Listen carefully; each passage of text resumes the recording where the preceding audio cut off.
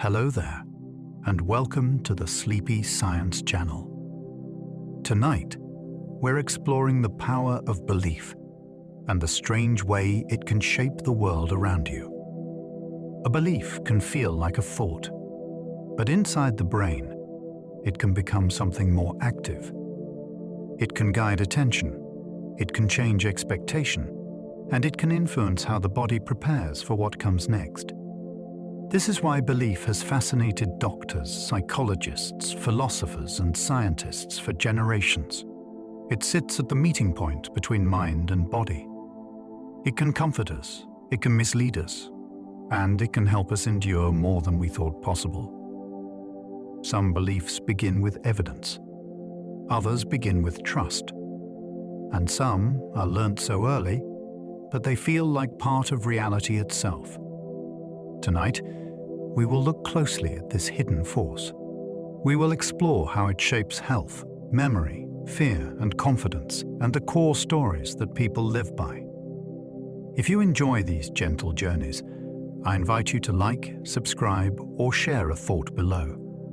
It helps others find their way here too, one sleepy soul at a time. But for now, all you need to do is settle in. Let your shoulders soften. Allow your breathing to slow.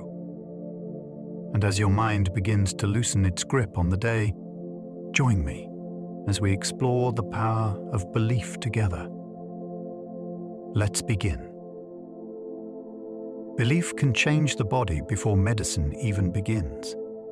Before a tablet is swallowed or a treatment is given, the brain may already be preparing the body for what it thinks is about to happen. This begins with meaning. A white coat, a clinical room, a trusted voice, and even the familiar shape of a pill can signal that help is coming. The body responds to those signals with real chemistry. Heart rate can settle. Stress can lower. Attention can shift away from danger and toward recovery. This does not mean belief can replace medicine. It means the human body is deeply responsive to context. When the mind expects relief, the nervous system can begin adjusting before the treatment itself has had time to act. That is what makes belief so strange and powerful. It is not only an opinion floating in the mind. Under the right conditions, it becomes a biological event. The story surrounding a treatment can become part of the treatment itself. A harmless pill can reduce pain when the brain expects relief. Imagine being given a pill with no active drug inside, then feeling pain fade anyway. This is one of the clearest demonstrations of the placebo effect. The pill itself may be chemically empty, but the situation around it is not empty at all. The brain recognizes the act of treatment and begins to predict improvement. In response, it can release its own pain-dampening chemicals. These include natural opioids and other messengers that help turn down the volume of discomfort. The effect is not imaginary. Brain scans have shown changes in regions involved in pain, emotion, and expectation. The person is not pretending, and the relief can be measurable. What makes this so fascinating is that pain is not a simple signal from the body.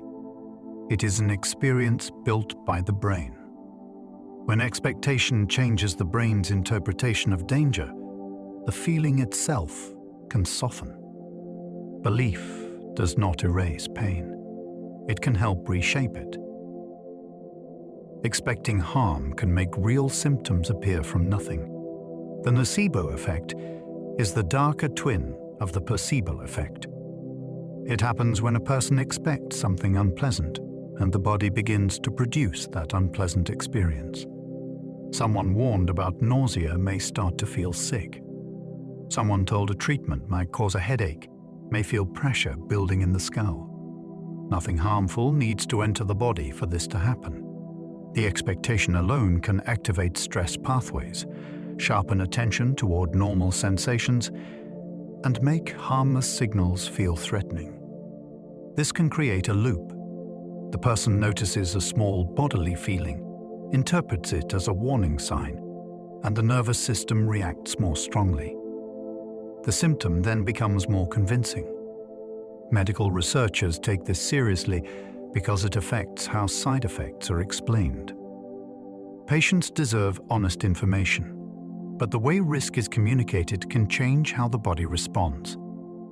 Fear is not just a thought. In the body, it can become sensation. Confidence can improve performance before skill has even changed. A person's ability does not always shift first. Sometimes the first change is belief. When someone feels capable, they often stand differently, breathe more steadily, and commit more fully to the task in front of them. That can improve performance immediately, even before any new skill has been learned.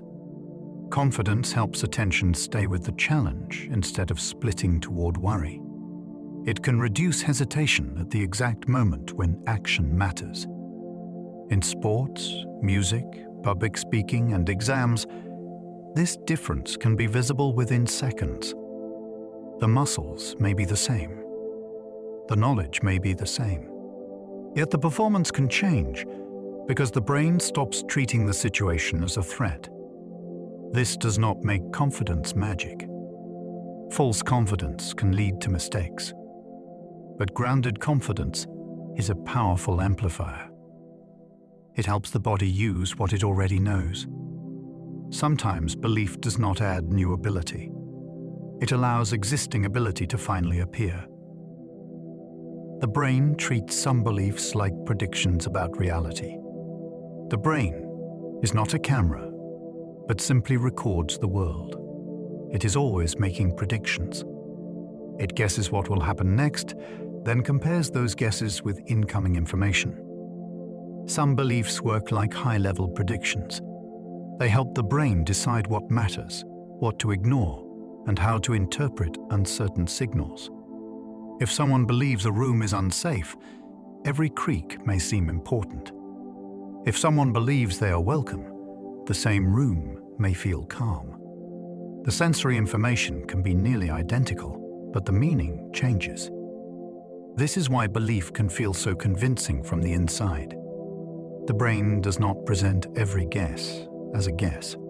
Often, it presents the result as reality. Scientists call this predictive processing, and it has become an important way to understand perception. What we experience is shaped by the meeting of evidence and expectation. The world enters through the senses, but belief helps decide what that world becomes. A doctor's warmth can strengthen the effect of a treatment. The human side of medicine can change how treatment is experienced. When a clinician seems attentive and reassuring, the patient's brain may register safety before anything else happens. That sense of safety matters. It can lower stress, increase trust, and make the treatment feel more credible. In studies of placebo responses, the manner of the person giving care can influence the outcome. A rushed interaction may leave the body guarded. A calm and respectful one may help the nervous system relax enough to receive the experience differently. This does not mean kindness cures disease by itself. It means care is partly biological. Words, tone, eye contact, and patience can all become signals that the body is not alone in the problem. In that moment, the treatment carries more than chemistry. It carries confidence. A warm medical encounter can make science feel personal, and that personal meaning can become part of how healing begins. Rituals can make belief feel physical, steady, and real. A ritual gives belief a shape that the body can recognize. It may be a repeated routine before a performance, a familiar practice before sleep, or a ceremonial act that marks an important moment. The power often comes from structure. The same steps happen in the same order, and the brain begins to associate them with readiness. This can reduce uncertainty. When uncertainty drops, the body often becomes less tense. Athletes use rituals before competition. Patients follow routines around medication. Communities gather around shared ceremonies because action can make meaning stronger. A thought alone may feel fragile. A repeated act can feel anchored. The fascinating part is that the ritual does not always need a direct physical mechanism to have an effect. Its predictability can change attention, emotion, and expectation. The body learns the pattern. Over time, the pattern becomes a signal. Belief moves from an idea into posture, breath, and behavior. Belief can shape memory without anyone realizing it happened. Memory feels like a recording, but it behaves more like a reconstruction. Each time a memory is recalled, the brain rebuilds it using stored details, present emotions, and current beliefs. That means what a person believes now can quietly influence what they think happened then. This can happen without dishonesty. A person may sincerely remember an event in a way that fits the story they already carry. Suggestion can make this even stronger. If someone is told that a detail was probably present, the mind may later include it with surprising confidence.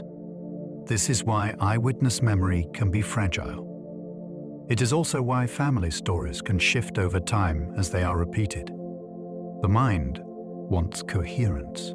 It wants the past to make sense with the present. Belief helps provide that shape. The result can feel vivid and certain. Yet certainty is not always proof. Memory is alive, and belief can become one of its editors. Hope can alter stress chemistry in measurable ways.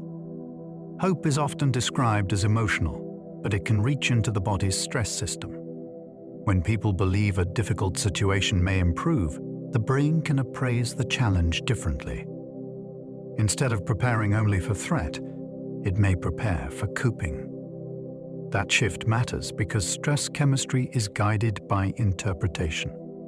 Cortisol and adrenaline rise when the body expects danger, but the pattern can change when the mind sees a path forward. Hope can also support healthier behavior. A hopeful person may follow treatment more consistently, rest more carefully, or keep trying after setbacks. Those actions then create real physical consequences. This makes hope more than wishful thinking. It is a mental stance that can organize the body toward endurance. It does not guarantee recovery, and it should never be used to blame people who suffer. But as a biological signal, hope can tell the nervous system that the future remains open. The mind can mistake expectation for evidence. Expectation can arrive so quickly that it feels like proof. If someone expects a sound in the dark, a faint noise may seem meaningful. If someone expects a medicine to work, a small improvement may feel like confirmation. The brain is built to connect patterns because that helps us survive in uncertain situations. But the same skill can mislead us. Once an expectation is active, attention begins searching for matching details. Details that fit become easier to notice. Details that do not fit may fade into the background. This creates a powerful illusion. The person feels as if the world is confirming the belief, when the belief is partly choosing the evidence. Scientists study this through perception, decision-making, and memory research. It explains why people can disagree strongly while looking at the same situation. We do not only gather facts and then believe. Very often, belief guides the search before we know the search has begun. Placebos can work even when patients know they are placebos. For a long time, people assumed a placebo needed deception. The patient had to believe the pill was real medicine, or the effect would vanish. Then researchers tested a surprising idea. What happens if patients are told the truth? In open-label placebo studies, people are given pills and clearly told that they contain no active drug. Yet some still report improvement. The explanation may lie in the ritual of treatment itself. Taking a pill at a certain time, receiving care, and engaging with a credible medical process can still activate learned patterns in the brain. The body has a history with medicine. It knows what treatment usually means. Even without deception, the act can carry expectation, attention, and hope. This is important because it suggests placebo responses do not depend only on being fooled. They may also depend on conditioning and meaning.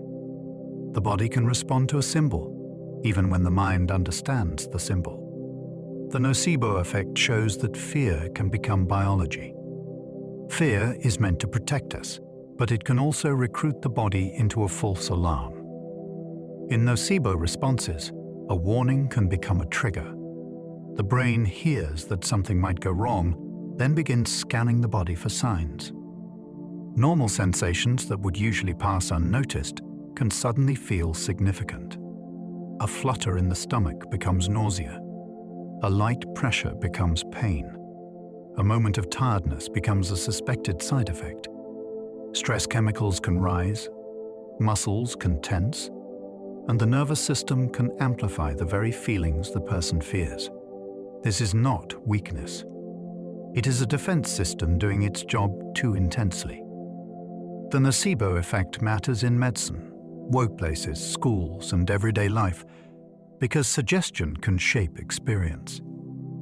A frightening message can make the body brace for impact. Once the body braces, the danger feels more real. This is one of belief's most sobering powers. Fear can cross the line into physiology. Pain relief can come from the brain's own opioid system.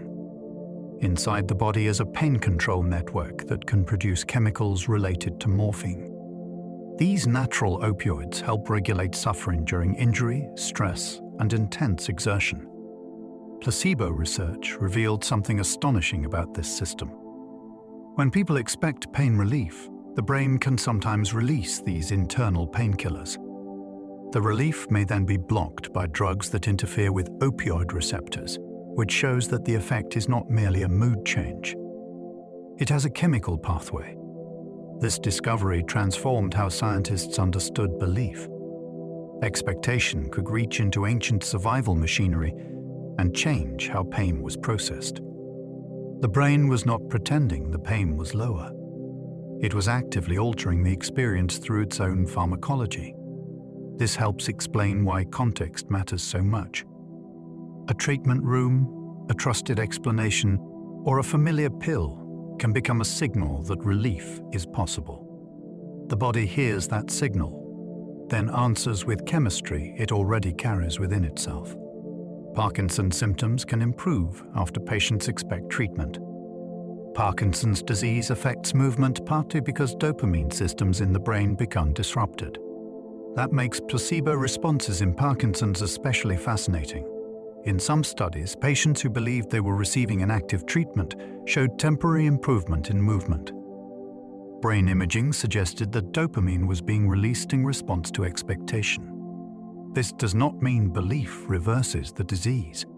It means expectation can briefly engage the same chemical system that the condition affects. The effect can be powerful enough to change visible symptoms for a short time. For researchers, this opened a remarkable window into how belief interacts with brain chemistry. The patient's expectation did not remain a private thought. It reached the motor system. It influenced circuits involved in movement, reward, and anticipation. Parkinson's placebo research is often described as some of the strongest evidence that belief can become measurable biology. It shows the brain responding not only to drugs, but also to the meaning of receiving care. Belief can influence how strongly the immune system responds. The immune system may seem separate from thought, but it listens closely to the nervous system. Stress, expectation, and learned associations can all influence immune activity. One famous line of research showed that the body can learn to connect to taste with an immune-suppressing drug. Later, the taste alone could trigger a related response. This is called conditioned immunomodulation, and it reveals something remarkable. The immune system can be trained by experience. Belief itself does not command immune cells like a general. The process is more subtle. The brain interprets signals, sends messages through hormones and nerves, and the immune system adjusts.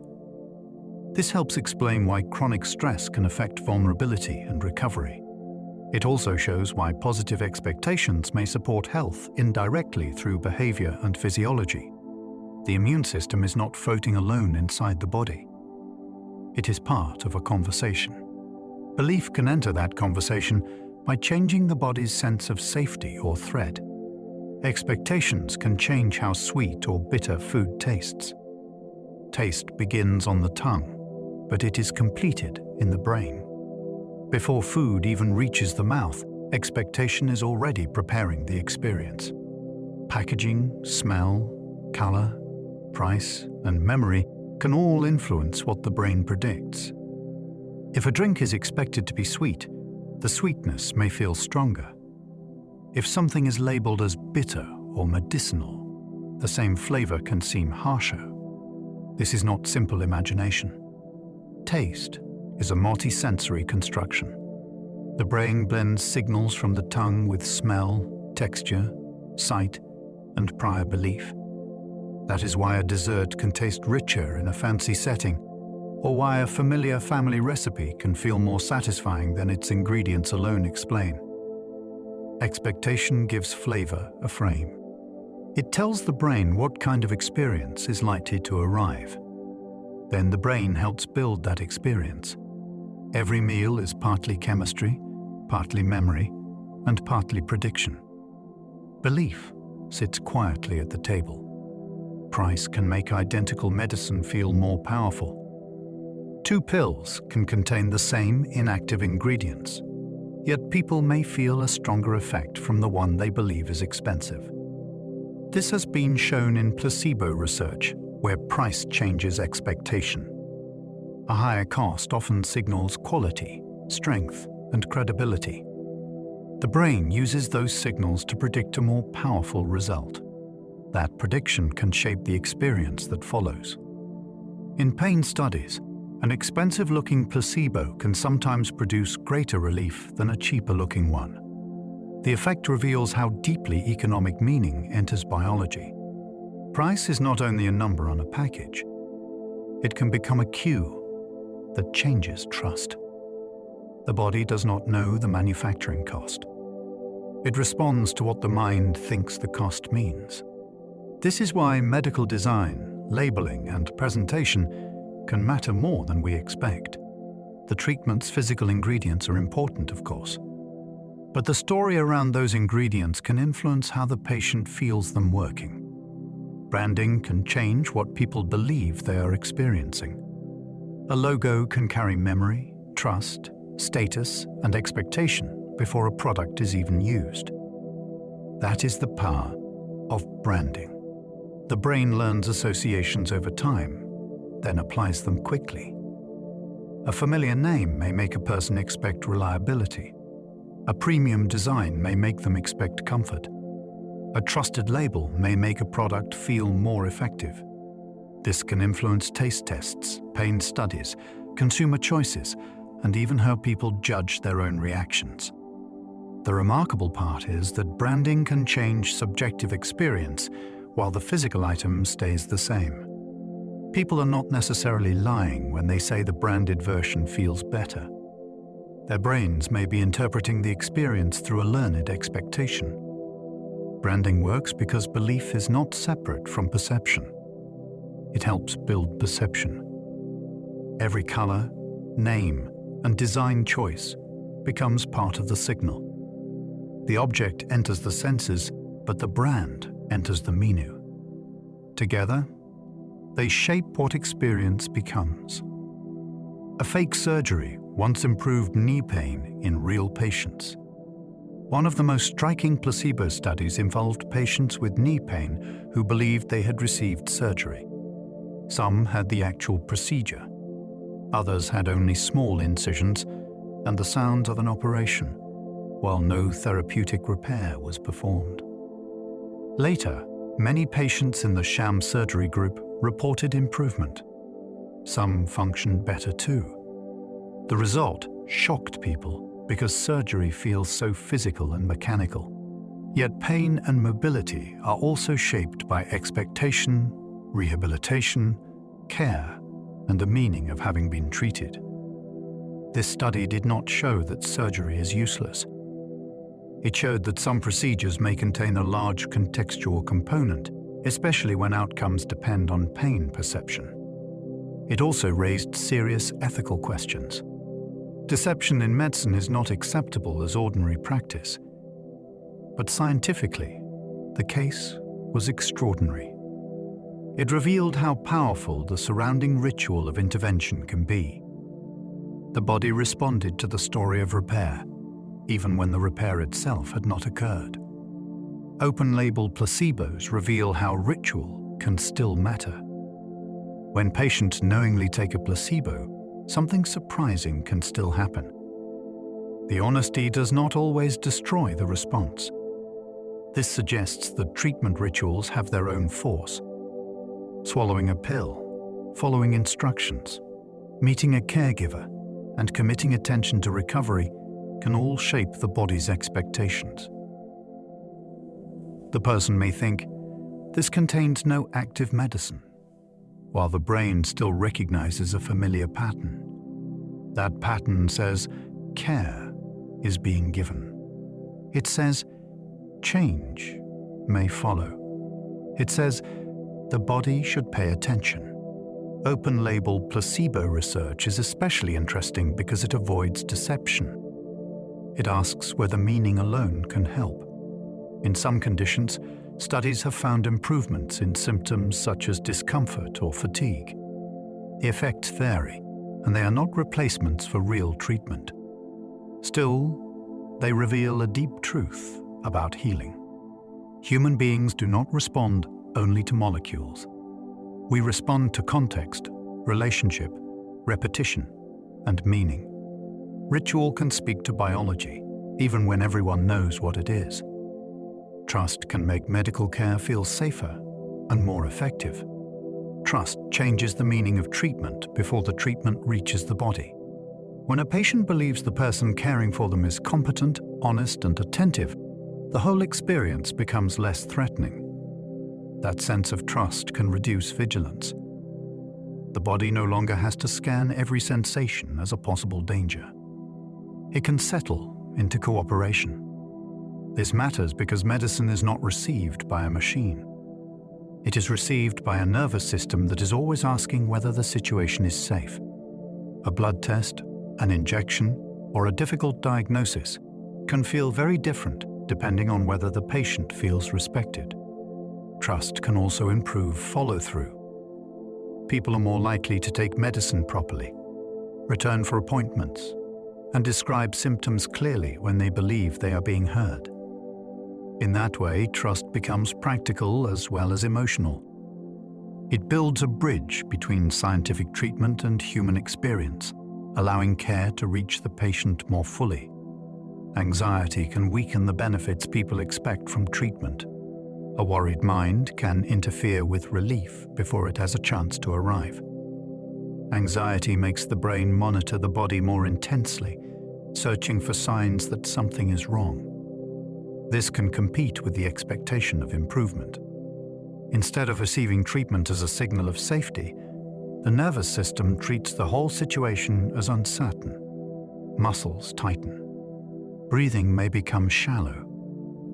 Small sensations become louder because attention keeps returning to them. This can reduce the positive effect that expectation might otherwise create. It can also make side effects feel more likely, even when the treatment itself is harmless or helpful. That is one reason calm explanation matters so much in care. A person who understands what is happening may have more room to feel reassured. Anxiety does not mean someone is resisting healing. It means their threat system is active. When fear fills the space where confidence might have grown, the body may struggle to accept the message that help is already underway. Reassurance can quiet the body's alarm system.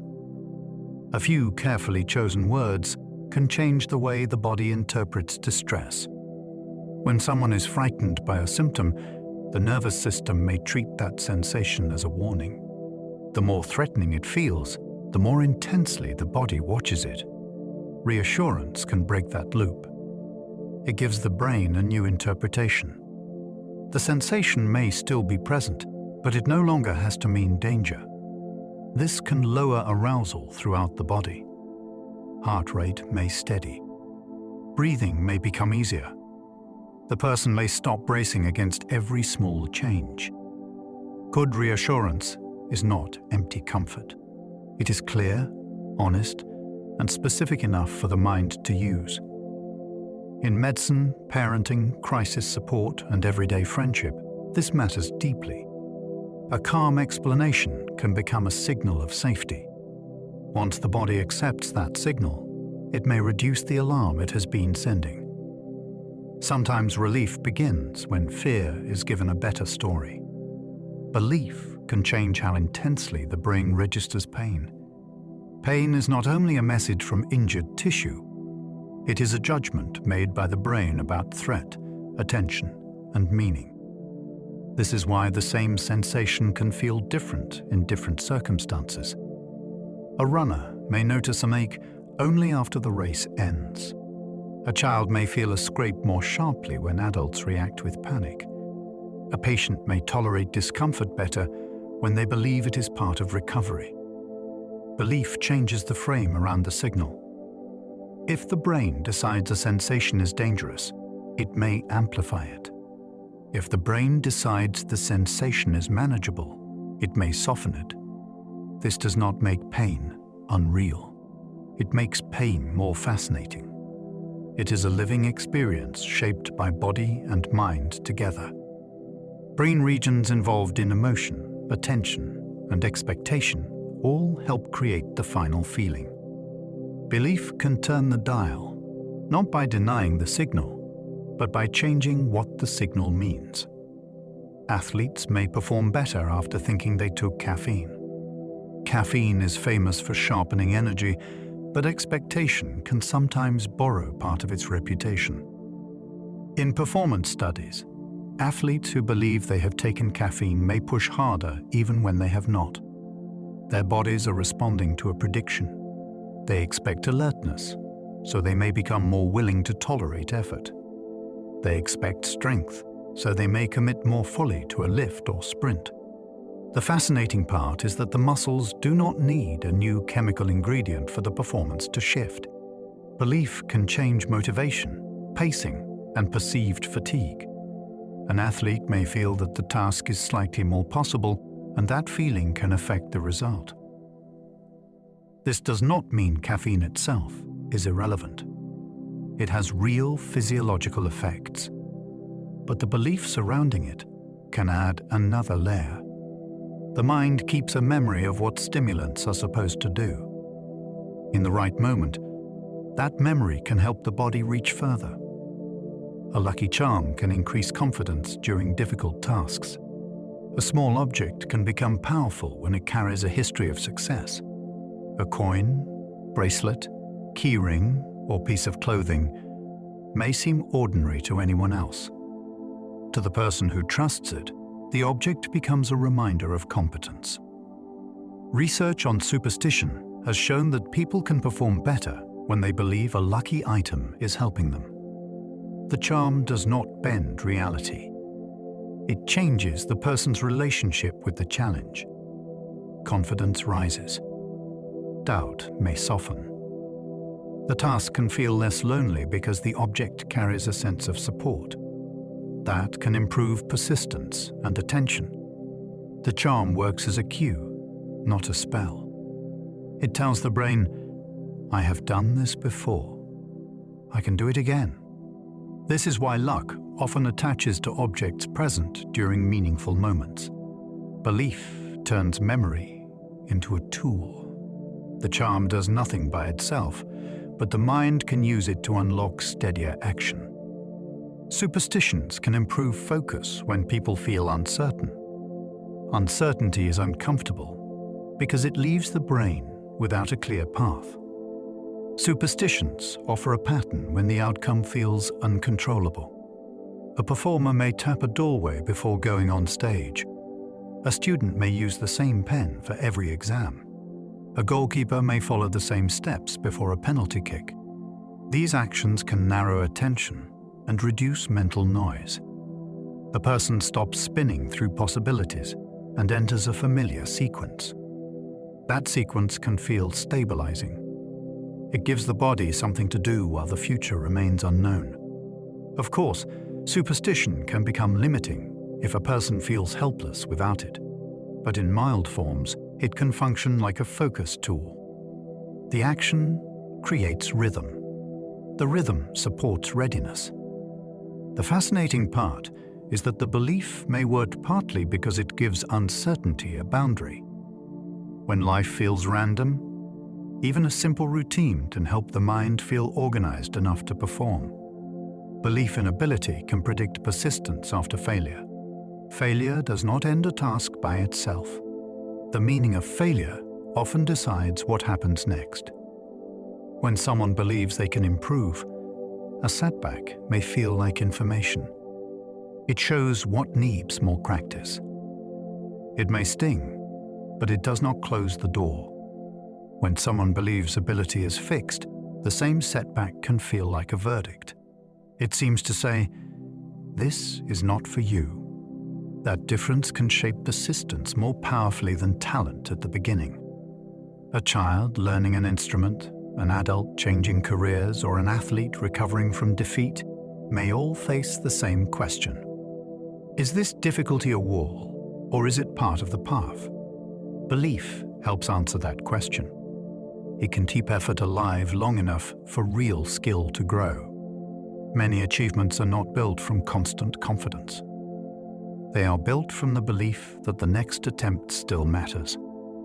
Self-efficacy became one of psychology's most powerful ideas. Self-efficacy is the belief that you can take action and influence an outcome. It is not the same as general confidence. It is more specific and more practical. A person may lack confidence in public speaking, yet feel strong self-efficacy in solving technical problems. The concept became central because it helps explain why people begin difficult tasks, how much effort they invest, and whether they continue when progress is slow. It can affect health behavior, education, therapy, parenting, and work. Someone who believes their actions matter is more likely to try. Each successful attempt then strengthens the belief, creating a loop that supports growth. The opposite can also happen. Repeated failure can teach a person that effort is useless, even when change is possible. That is why small wins matter. They give the brain evidence. Self-efficacy turns belief into movement. It is the inner sense that effort can reach the world and make a difference. Students can improve when teachers truly expect them to grow. A teacher's expectation can enter a classroom in subtle ways. It may appear in the difficulty of questions, the patience given after mistakes, or the amount of time allowed for an answer. Students often feel these signals. When a teacher expects growth, the student may receive more encouragement, more challenging work, and more chances to recover from errors. Over time, those differences can shape achievement. The powerful idea is not that expectation alone makes knowledge appear. It is that expectation changes behavior. A student treated as capable may begin to act more capable because the environment keeps inviting effort. This can be especially important for children who have already learned to doubt themselves. A trusted adult's belief can become borrowed confidence until the student builds their own. Education is full of facts and skills, but it is also full of signals about who belongs. When those signals say you can grow here, the mind may open wider. The Pygmalion effect shows expectations can shape achievement. The Pygmalion effect is named after an old story about a sculptor whose creation seemed to come alive. In psychology, it refers to a striking pattern. Expectations held by one person can influence another person's performance. Classic classroom research suggested that when teachers were led to expect unusual growth from certain students, those students sometimes improved more than others. Later researchers debated the size and boundaries of the effect, but the central insight remained powerful. Expectations are not locked inside the person who holds them. They leak into tone, attention, feedback, and opportunity. They can change how long someone is allowed to struggle before help arrives. They can change whether a mistake is treated as evidence of weakness or part of learning. This makes the effect both hopeful and sobering. The beliefs of authority figures can become part of someone else's environment. What we expect from people may help shape the conditions in which they become themselves. Stereotypes can harm performance simply by becoming mentally active. Sometimes a belief does not have to be personally accepted to cause harm. It only has to be present in the mind. Stereotype threat happens when someone fears being judged through a negative stereotype about their group. That fear can take up mental space at the worst possible time. A student may spend energy worrying about confirming a stereotype instead of focusing on the exam. A speaker may monitor every word instead of thinking freely. The burden is not lack of ability. It is the added pressure of being seen through a harmful expectation.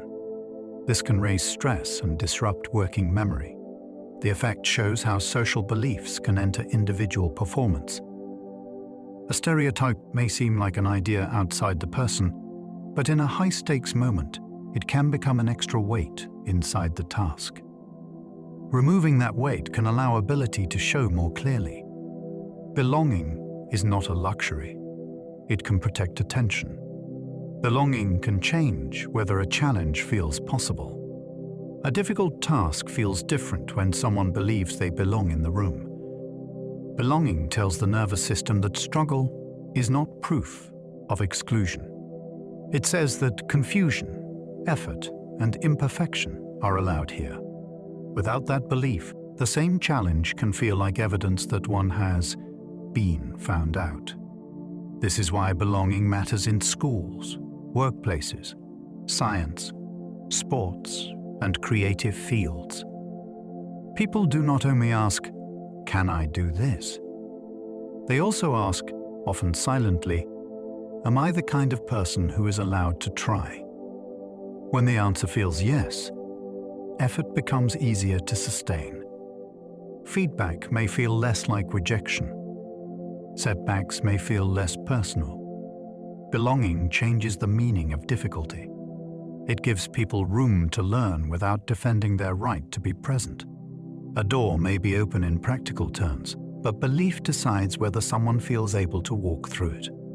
Growth mindset research changed how many schools discuss effort. The idea of a growth mindset gave teachers a new language for learning. Instead of treating intelligence as something fixed, it framed ability as something that can develop through practice, strategy, feedback, and time. This changed how many classrooms talked about mistakes. Errors could become clues rather than signs of failure. Effort could become part of growth rather than proof that someone was not naturally talented. The idea became famous because it was simple and hopeful. Still, it is often misunderstood. Praising effort alone is not enough. A student can work hard in the wrong direction and remain stuck. The deeper message is that effort needs guidance. Good teaching, useful strategies, and honest feedback matter. The beauty of the idea is that it gives difficulty a new meaning. A hard problem no longer has to say, "You cannot do this." It can say, "Your brain is still building the path." Fixed beliefs can make mistakes feel like personal proof. When someone believes ability is fixed, a mistake can feel dangerous. It is no longer just a wrong answer, a missed note, or a failed attempt. It can feel like evidence about identity. The mind may say, "I am not smart enough," or "I am not built for this." That interpretation can shut learning down. Instead of studying the mistake, the person tries to escape the shame of it. They may avoid challenges, hide confusion, or choose only tasks where success is already likely. This protects self-image in the short term, but it limits growth over time. A fixed belief turns every test into a trial of worth. That is exhausting. It makes curiosity risky. By contrast, a more flexible belief can make mistakes useful. The error becomes a map of what needs attention. The same moment that once felt like proof of limitation can become the beginning of improvement. Belief in improvement can make practice feel worth continuing. Practice is often boring before it becomes beautiful. The early repetitions can feel clumsy, slow, and unrewarding. What keeps a person going is often the belief that the work is changing something. A pianist repeats a difficult measure because they believe the fingers will learn. A basketball player shoots again because they believe accuracy can sharpen. A language learner struggles through sentences because they believe fluency is built slowly. Without that belief, repetition feels pointless. With it, repetition becomes investment. The future self feels real enough to work for. This is one of belief's most practical powers.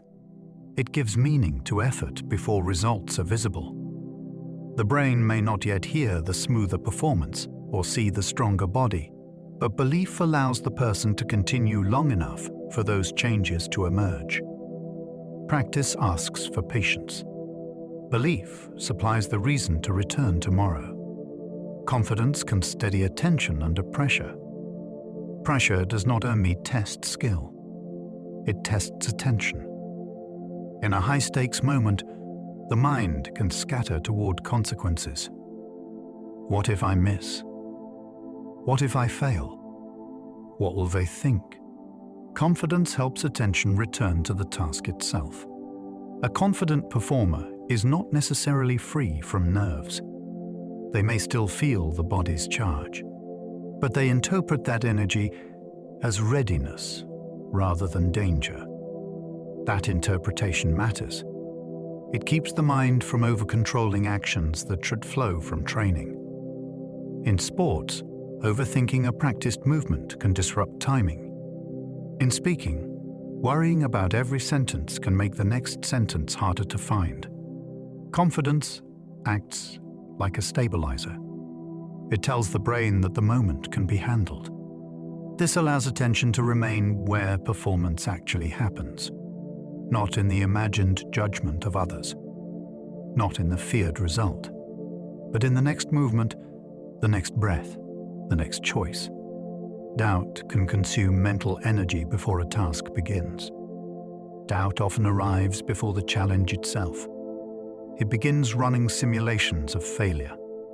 It asks questions that have no useful answer. What if this goes badly? What if I am not ready? What if everyone notices?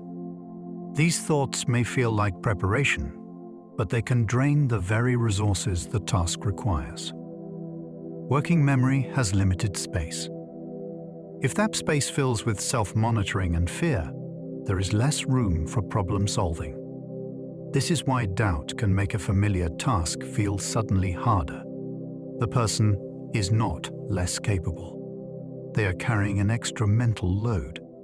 Doubt also changes the body. It can tighten muscles, speed breathing, and make attention jumpy. By the time the task begins, the person may already feel tired from battling a future that has not happened. The hidden cost of doubt is that it spends energy in advance. Belief can matter because it protects the mind's working space. Performance rituals help the mind enter a prepared state. Before difficult moments, many people repeat the same small actions. A tennis player bounces the ball in a familiar rhythm.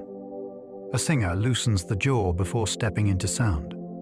A speaker touches their notes and takes a measured breath. These routines do not guarantee success, but they help the mind cross a threshold. Ordinary time becomes performance time. The ritual tells the brain that wandering is over and focus is beginning. This can be especially useful when pressure is high. A practiced sequence reduces the number of decisions that must be made. It gives the body a familiar track to follow. The mind can settle into readiness instead of chasing every possible outcome. Over time, the ritual becomes linked with past performances. It carries the memory of preparation. When repeated, it can help summon the same state again. The action may look small from outside, but inside, it can mark the moment when belief becomes discipline. Visualization can strengthen skills when paired with real practice. To imagine a movement carefully is not the same as doing it, but it is not nothing. When people visualize a skill in detail, the brain can activate parts of the same networks used during performance. This is why mental practice can support physical practice. An athlete may picture the arc of a jump. A dancer may rehearse a sequence without moving. A musician may hear the timing before touching the instrument. The key is precision. Vague daydreaming does little. Clear mental rehearsal can strengthen timing, confidence, and familiarity. It works best when combined with real training because the body still needs feedback from muscles, balance, and touch. Visualization can prepare the map, but physical practice walks the road. The fascinating part is that the brain treats imagined action as meaningful information. It can rehearse possibilities before the body spends energy. Belief gives the rehearsal emotional force, making the future action feel more reachable. Mental rehearsal activates some circuits used during physical movement. The boundary between imagining and doing is thinner than it feels. When a person vividly rehearses an action, the brain can light up in areas involved in planning and controlling movement. The muscles may stay still, but the nervous system is not idle. It is simulating. This helps explain why mental rehearsal is used by athletes, performers, pilots, and patients recovering movement after injury. The brain can practice the order, timing, and intention of an action before the body completes it. In rehabilitation, this can be especially meaningful. A person who cannot yet move fully may still engage the networks connected to movement. The rehearsal keeps the pathway active. It does not replace physical recovery, but it can support it. This shows how belief and imagination can become tools of preparation. The mind can run a version of action internally, like a flight simulator for the body. Stillness, in that moment, may contain hidden practice. Musicians can improve by silently practicing complex passages. A musician can sit without an instrument and still be working. In silent practice, the player hears the passage internally, feels the imagined motion of the hands, and follows the structure of the music in the mind. This kind of rehearsal can be surprisingly powerful because music is both physical and mental. Fingers must move, but the brain must know where the phrase is going. Silent practice can reveal weak spots that ordinary repetition hides. If a player cannot imagine the next note clearly, the body may not truly know it either. Great performers often use this method when travel, fatigue, or injury limits physical playing. It lets them refine memory without wearing out the muscles. The audience never sees these hours, but they may hear the result. A passage that once felt crowded can become orderly. The hands later arrive at the instrument with a map already waiting. Belief turns inner hearing into disciplined work. Surgeons sometimes use mental rehearsal before delicate procedures. Before entering the operating room, a surgeon may review the procedure in the mind with extraordinary care.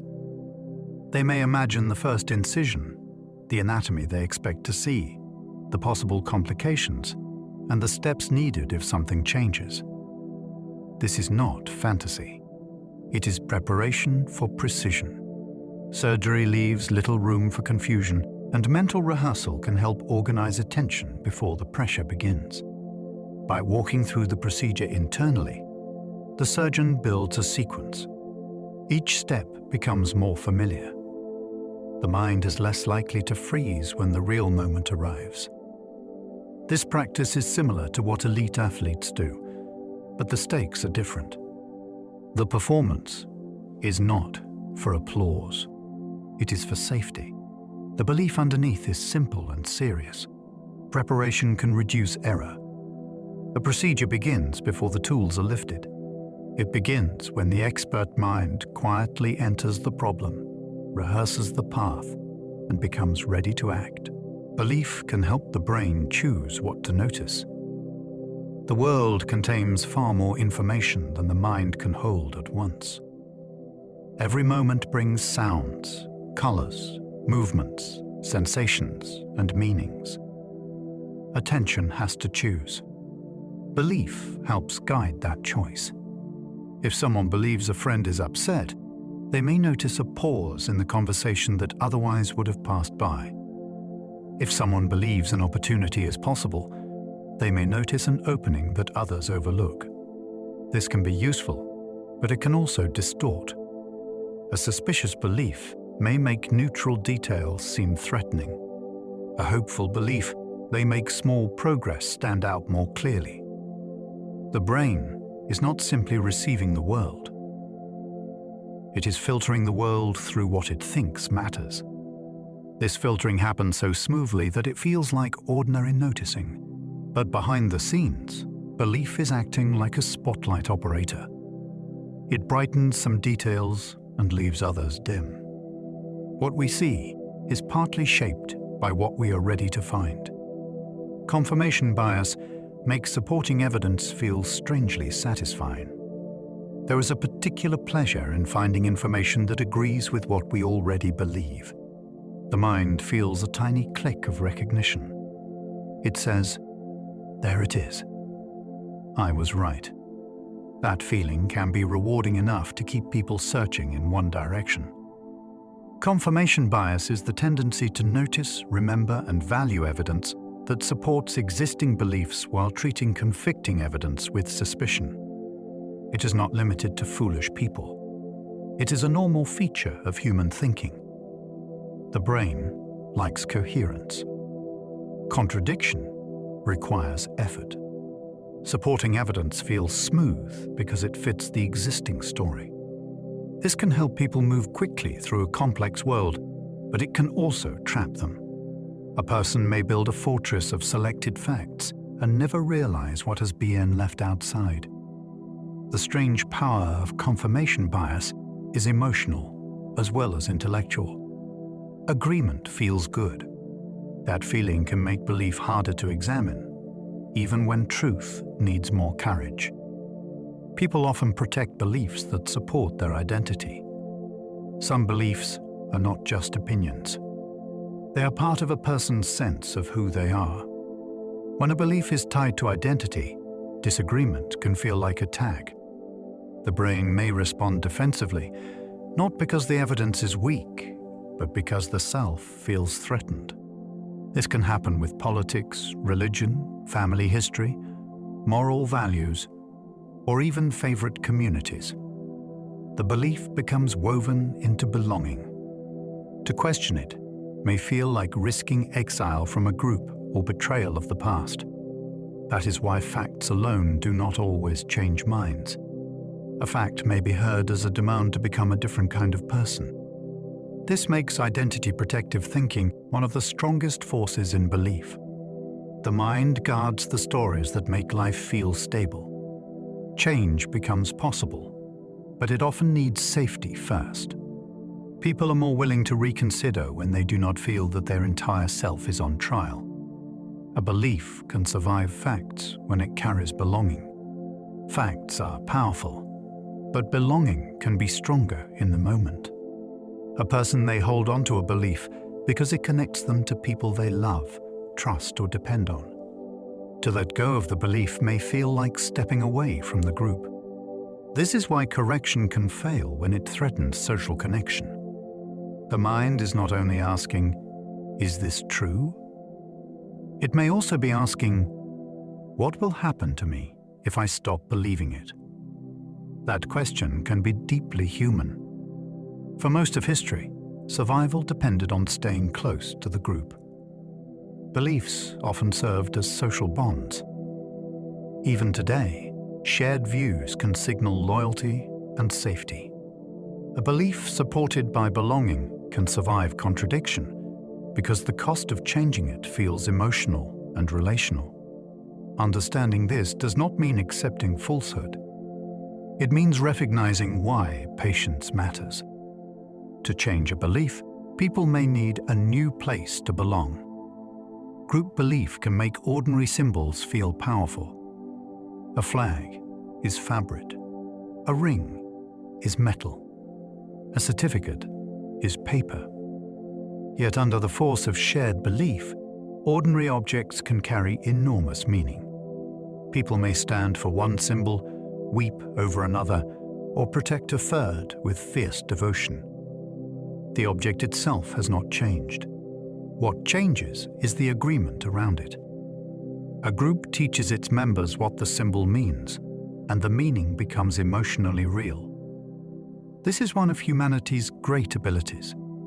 We can invest physical things with invisible significance, then coordinate behavior around them. Symbols can unite strangers, mark promises, and preserve memory across generations. They can also divide, because different groups may attach different meanings to the same object. The power is not in the material. It is in the shared belief that gathers around it. When many minds treat a symbol as important, the body responds as if that importance can be touched. Shared myths can hold communities together across generations. A myth is not simply an untrue story. In many cultures, it is a carrier of meaning. It explains where people came from, what they value, and how they should live. Shared myths can bind a community across time because they give each generation a common inheritance. Children hear the story before they fully understand it. Adults return to it during ceremony, conflict, or grief. The details may change, but the emotional structure remains. This can create continuity even when the world around the group changes dramatically.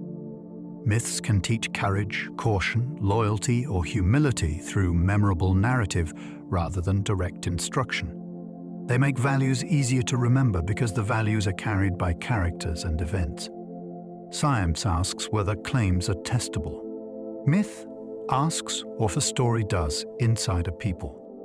The power of shared belief is that a story can outlive its original tellers and still shape the choices of those born long after. Money works because millions believe in its value. A banknote has little practical use by itself. You cannot eat it, build a shelter from it, or use it as medicine.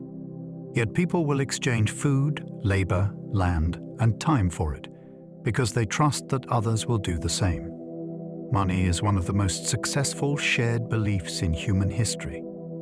Its power depends on collective confidence. When that confidence is strong, a small piece of paper or a number on a screen can move goods across continents. When confidence weakens, the same symbol can lose value with frightening speed.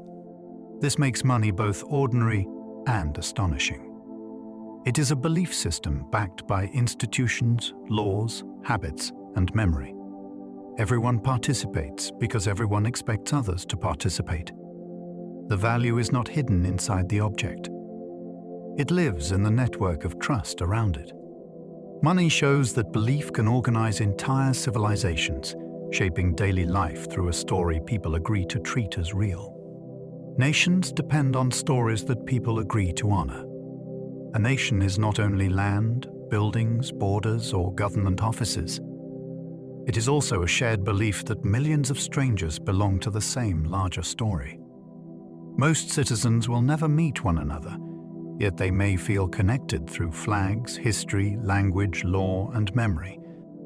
This shared story can be powerful enough to organize armies, collect taxes, build schools, and preserve public institutions across centuries. The remarkable part is that the belief must be renewed constantly. Children learn it in classrooms. Adults encounter it in ceremonies. Leaders invoke it during crisis. Ordinary people carry it when they vote, serve, protest, or celebrate.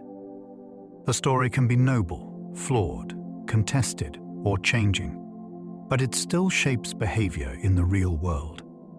A country exists on maps, but it also exists in minds. When enough people agree to treat that story as meaningful, it becomes capable of moving resources, guiding sacrifice, and shaping the future. Laws gain strength when societies believe they are legitimate. A law written on paper has no power unless people believe the system behind it deserves obedience. Police, courts, and penalties matter, but fear alone cannot hold a society together for long. Legitimacy is the deeper force. It is the belief that rules were created through a process people can accept, even when they dislike the outcome. When legitimacy is strong, most people follow laws even when no one is watching. They stop at red lights on empty roads. They pay taxes they would rather keep. They accept court decisions because they believe the structure matters. When legitimacy weakens, enforcement becomes harder. Every rule begins to feel like force instead of agreement. This is why justice must not only be done, it must also be seen to be done. Belief turns law from command into order. It allows a society to function through shared trust rather than constant supervision. Culture teaches the mind which beliefs feel obvious. Every person is born into a world already full of meanings. Before we can question them, we absorb ideas about manners, time, family, beauty, fairness, and success. These beliefs often feel natural because they were learned before we knew they were beliefs at all. Culture works quietly through repetition. It teaches what counts as respectful. It teaches when to speak, when to wait, and what emotions are acceptable to show. A custom that feels normal in one place may feel surprising in another, yet both can seem obvious to the people raised inside them. This is one of belief's most powerful disguises. It can appear as common sense. Only when we travel, read history, or meet people shaped by different assumptions do we realize how much of reality has been taught. Culture gives the mind a starting map. We may redraw parts of that map later, but we rarely begin with blank paper. Childhood beliefs can become the quiet furniture of adulthood. The earliest lessons of life often remain in place long after we forget learning them. A child who grows up hearing that the world is dangerous may become an adult who feels uneasy even in safe rooms. A child who is trusted with responsibility may carry a lasting sense of capability. These early beliefs can become familiar structures inside the mind. They shape what feels possible, what feels risky, and what kind of treatment feels normal. Because they were formed so early, they can be difficult to notice. They are not always spoken as thoughts. They may appear as instincts, preferences, or sudden emotional reactions. Therapy and reflection often work by bringing these hidden assumptions into awareness. Once seen clearly, they can sometimes be changed. Childhood does not write the entire future, but it can furnish the inner world. Some beliefs become chairs we keep sitting in, simply because they have always been there. Repeated messages can start to feel more truthful. The mind has a strange relationship with familiarity. When a statement is heard again and again, it can begin to feel easier to process. That ease may be mistaken for truth. This is one reason slogans, rumors, and repeated claims can become persuasive, even without strong evidence. The brain often uses fluency as a shortcut. If something feels familiar, it may feel less risky, and more believable. Advertisers, propagandists, and storytellers have all understood this in different ways. Repetition does not make a claim true, but it can make it feel settled. The danger is that a false idea can gain emotional weight simply by returning often. The hopeful side is that helpful beliefs can also be strengthened through repetition. A recovering patient, a student, or a performer may slowly build confidence by hearing and practicing a more accurate message. Repetition is like a path through grass. The more often it is walked, the easier it becomes to follow. Familiarity can make a claim seem safer than accuracy. A new idea often asks the brain to work harder. A familiar one arrives smoothly. That smoothness can create a feeling of safety, even when the idea itself has not been checked.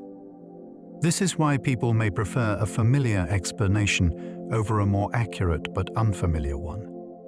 The familiar claim feels comfortable because the mind has handled it before. It does not create the same friction. In everyday life, this can shape everything from product choices to political opinions. A name heard many times may seem trustworthy. A phrase repeated by friends may feel dependable. A story passed through a community may feel safer than a correction from outside it. The brain is trying to conserve effort, but the shortcut can mislead. Accuracy requires more than recognition. It requires evidence. Familiarity is useful when it helps us navigate quickly, but it becomes risky when it dresses uncertainty in the clothes of truth. The illusory truth effect turns repetition into confidence. When people hear the same statement repeatedly, they often rate it as more believable later. This happens even when the statement is not true. Psychologists call this the illusory truth effect, and it reveals a deep vulnerability in human judgment. The mind tends to confuse ease with reliability. A repeated sentence becomes easier to read, easier to remember, and easier to accept. That feeling can quietly transform into confidence. The effect is especially powerful when people are distracted or tired, because careful evaluation requires energy. It helps explain why misinformation can be so stubborn. A false claim may be corrected, yet if it keeps circulating, its familiarity may continue to grow. The lesson is unsettling, but useful. Feeling certain is not the same as being right. Sometimes certainty is only the echo of repetition. To think clearly, we have to ask not just whether an idea feels familiar, but where it came from. Rumors spread faster when they match existing beliefs. A rumor that fits what people already suspect can move with remarkable speed. It does not have to overcome much resistance because it feels plausible from the beginning. If a group already distrusts a leader, a negative story about that leader may spread quickly. If people already fear a threat, a frightening claim may seem believable before anyone checks it. The rumor slides into a space the mind had prepared for it. This is why false stories often attach themselves to existing anxieties. They borrow strength from beliefs that are already present. Social sharing adds another force. Passing along a rumor can feel like warning others, proving loyalty, or making sense of confusion. By the time evidence arrives, the story may already have emotional roots. Rumors are not random sparks. They find dry ground in expectation. Once they land there, they can grow into something people defend, because it seems to explain what they already felt. Belief can travel through families without being spoken directly. Not every family belief is delivered as a clear sentence. Some are carried in habits, silences, reactions, and rituals. A child may learn that money is dangerous because adults become tense whenever bills arrive. And other may learn that feelings should be hidden because sadness is quickly changed into jokes.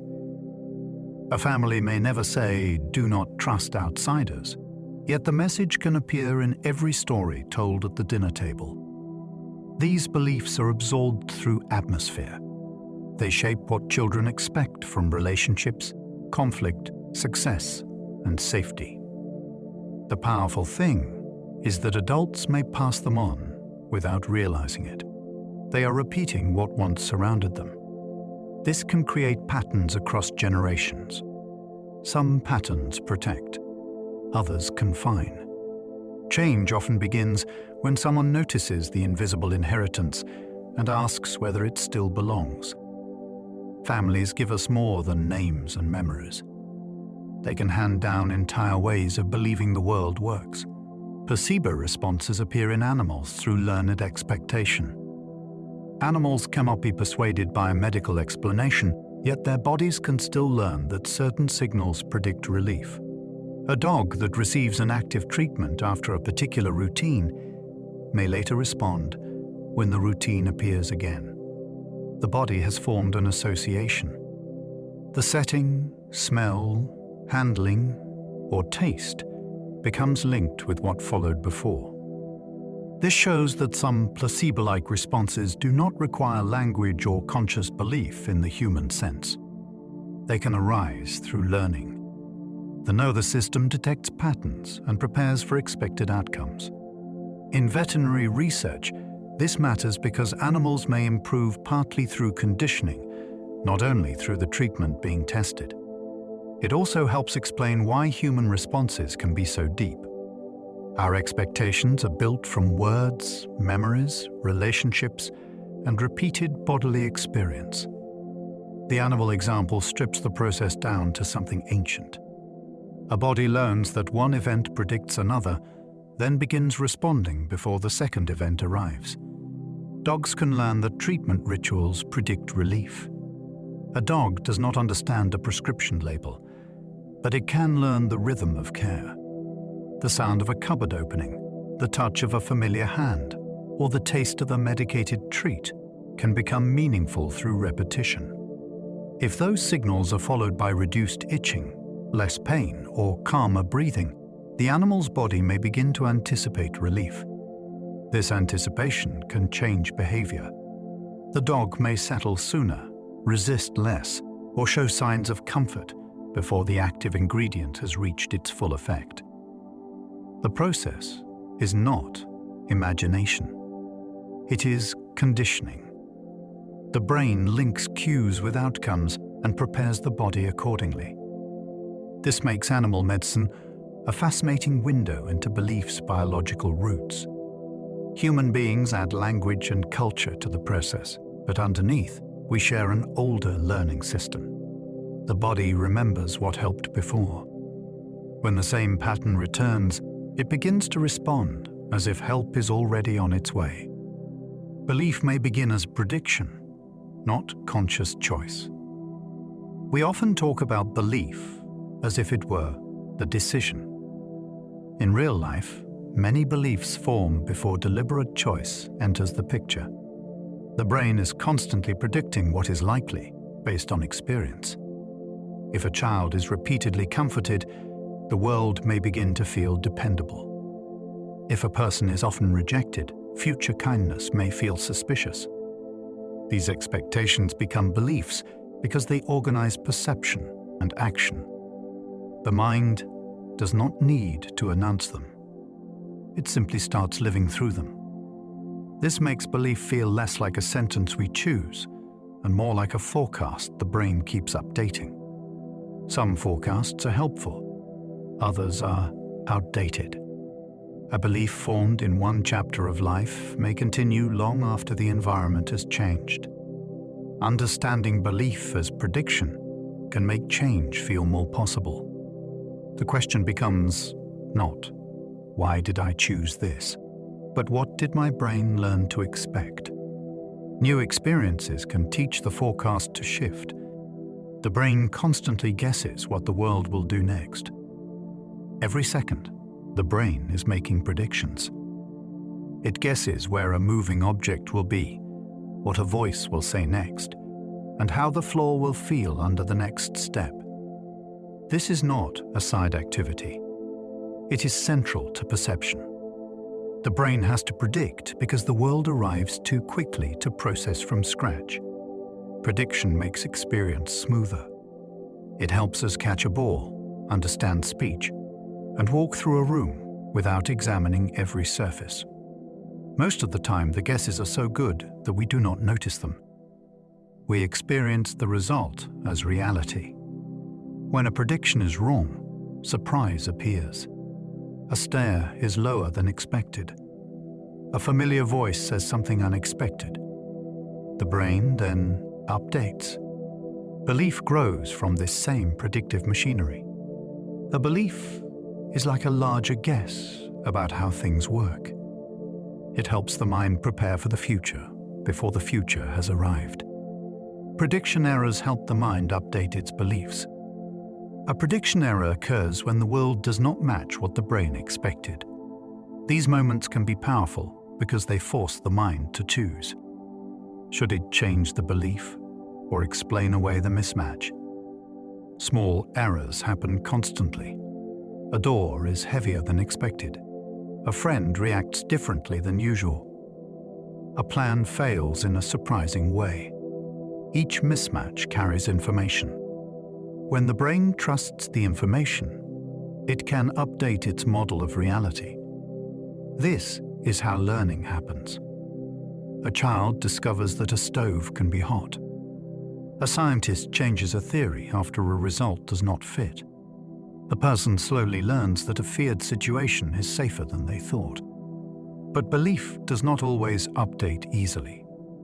If the old belief is tied to identity or fear, the mind may resist the correction. Prediction errors are invitations to learn. Whether we accept the invitation depends on how much safety the mind feels while being wrong. Strong expectations can make ambiguous sensations feel definite. The body is full of signals that are unclear until the mind interprets them. A flutter in the chest, a shift in temperature, or a brief ache can mean many things. When expectation is strong, the brain may settle the meaning quickly. A person who fears illness may read a harmless sensation as a warning. Someone expecting excitement may feel the same bodily arousal as energy. The sensation itself is ambiguous. Belief supplies the label. Once the label is applied, the feeling can become more intense. The brain begins to gather supporting details. The body reacts to the interpretation. This can make a vague sensation feel certain. It is one reason emotions can be hard to separate from bodily states. The body sends raw information, but the mind gives it a story. Strong expectations make that story arrive faster.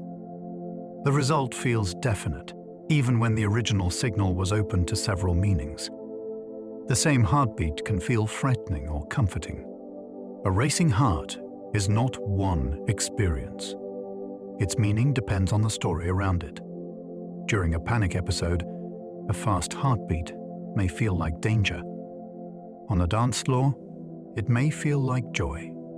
During exercise, it may feel like strength. The physical rhythm can be similar, yet the emotional experience changes because the mind interprets the signal differently. This shows how belief and context shape bodily awareness. The heart does not explain itself. The brain asks what situation it is in, then decides what the pounding means. That decision can change what happens next. If the heartbeat is labeled as danger, fear may rise, and the heart may race even more. If it is labeled as effort or excitement, the person may feel capable. This is why learning about body sensations can help some people manage anxiety. They discover that a strong heartbeat is not always a threat. Sometimes it is simply the body preparing for life. Belief can influence whether stress feels harmful or useful. Stress is often treated as an enemy, but the body's stress response can also prepare us to act. It sends energy to muscles, sharpens attention, and helps us respond to challenge. The belief we hold about stress can shape how we experience that response. If someone believes stress is purely damaging, every sign of arousal may become another reason to worry. If someone sees stress as the body mobilizing resources, the same sensations may feel more manageable. This does not mean all stress is good. Chronic strain can harm health, but in a specific challenge, interpretation matters. A pounding heart can mean failure is coming, or it can mean the body is supplying fuel. That difference can affect confidence, behavior, and recovery. Belief changes the frame. It tells the mind whether to fight the stress response or work with it. Sometimes the body's alarm is also an engine. Stress mindset can change how people respond under pressure. People differ not only in how much stress they face, but in what they believe stress means. A stress's debilitating mindset treats pressure as something that drains, damages, and overwhelms. A stress-enhancing mindset treats pressure as something that can sharpen focus and support action in demanding moments. These mindsets can influence performance, emotional recovery, and even the way people interpret bodily arousal. Imagine two speakers waiting backstage. Both feel their hearts beat faster. One thinks, "I am falling apart." The other thinks, "My body is getting ready." The physical signal may be similar, but the response can diverge. The second speaker may step forward with more steadiness, because the sensation has been given a useful meaning. This idea must be handled carefully. It should not be used to dismiss exhaustion or hardship. But it reveals a powerful truth. Under pressure, belief can become part of the pressure system itself, shaping whether energy feels like threat or support. Optimism is linked with healthier long-term habits. Optimism is not a guarantee that life will go well. It is a tendency to believe that worthwhile outcomes remain possible. That belief can influence daily choices in ways that add up over years. Optimistic people may be more likely to seek help early, follow medical advice, stay socially connected, and return to healthy routines after setbacks. The power may come less from cheerful thoughts and more from persistence. If the future feels open, effort feels useful. If effort feels useful, a person is more likely to keep investing in their own well-being. This can create a chain of practical benefits. A walk is taken. An appointment is made. A difficult conversation is attempted. None of these actions is dramatic by itself, but together they can shape health. Optimism does not remove grief, risk, or illness. It gives the mind a reason to participate in the future. That reason can become a habit of care. Hope can help patients endure difficult treatments.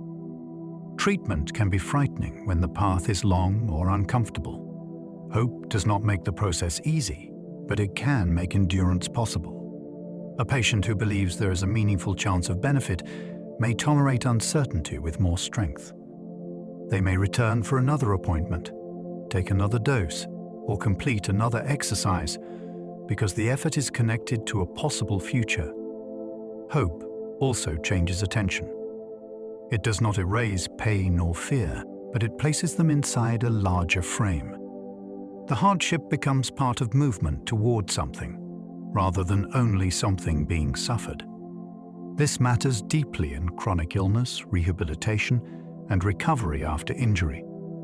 Hope must be honest to be helpful. False promises can wound people, but realistic hope can steady them. It gives shape to the next step when the whole journey feels too large. In medicine, hope is not a decoration added to science. It is one of the ways people carry science through time. Meaning can make pain easier to tolerate. Pain becomes harder to bear when it feels pointless. When discomfort has meaning, people may endure more than they expected. A marathon runner accepts burning muscles because the pain belongs to a chosen goal. A parent may tolerate exhaustion because care for a child gives it purpose. A patient may face rehabilitation pain differently when it is understood as part of rebuilding strength. Meaning does not turn pain into pleasure. It changes the relationship with it. The mind can place the sensation inside a story that says, "This is difficult, but it is not empty." That story can reduce fear and increase willingness to continue. In laboratory studies and real life, perceived control and purpose can influence pain tolerance. The body still sends signals. The brain still receives them, but the interpretation changes. Pain without meaning can feel like invasion. Pain with meaning can feel like effort, sacrifice, or passage. Belief gives suffering a frame. Belief in purpose can support resilience during hardship. Purpose gives hardship a direction.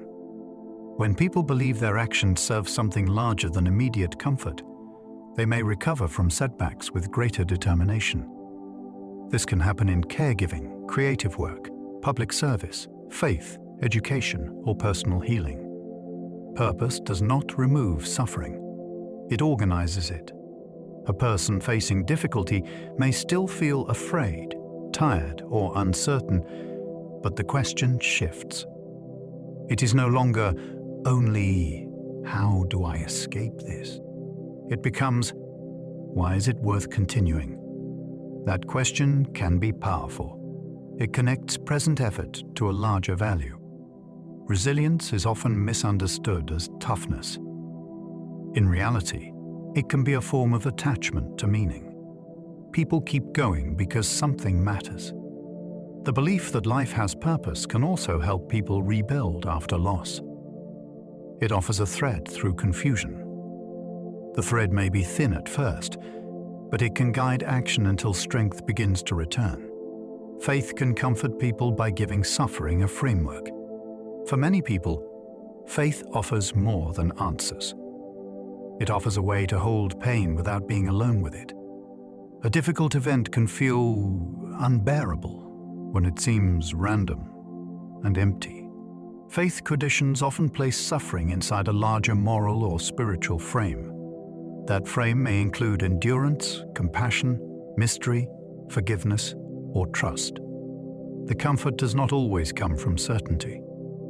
Sometimes it comes from belonging to a story that has carried others through darkness before. Prayer, scripture, worship, and community can give people language when ordinary explanations fail. This can reduce isolation. It can also help people act with dignity in circumstances they cannot control. Faith should not be used to minimize grief or deny medical care. At its best, it helps people remain human inside suffering. It gives the mind a structure strong enough to lean on when life feels unsteady, and it reminds the heart that pain is not the whole story. Prayer can reduce loneliness for many believers. Loneliness is not only the absence of people, it is the feeling of being unseen.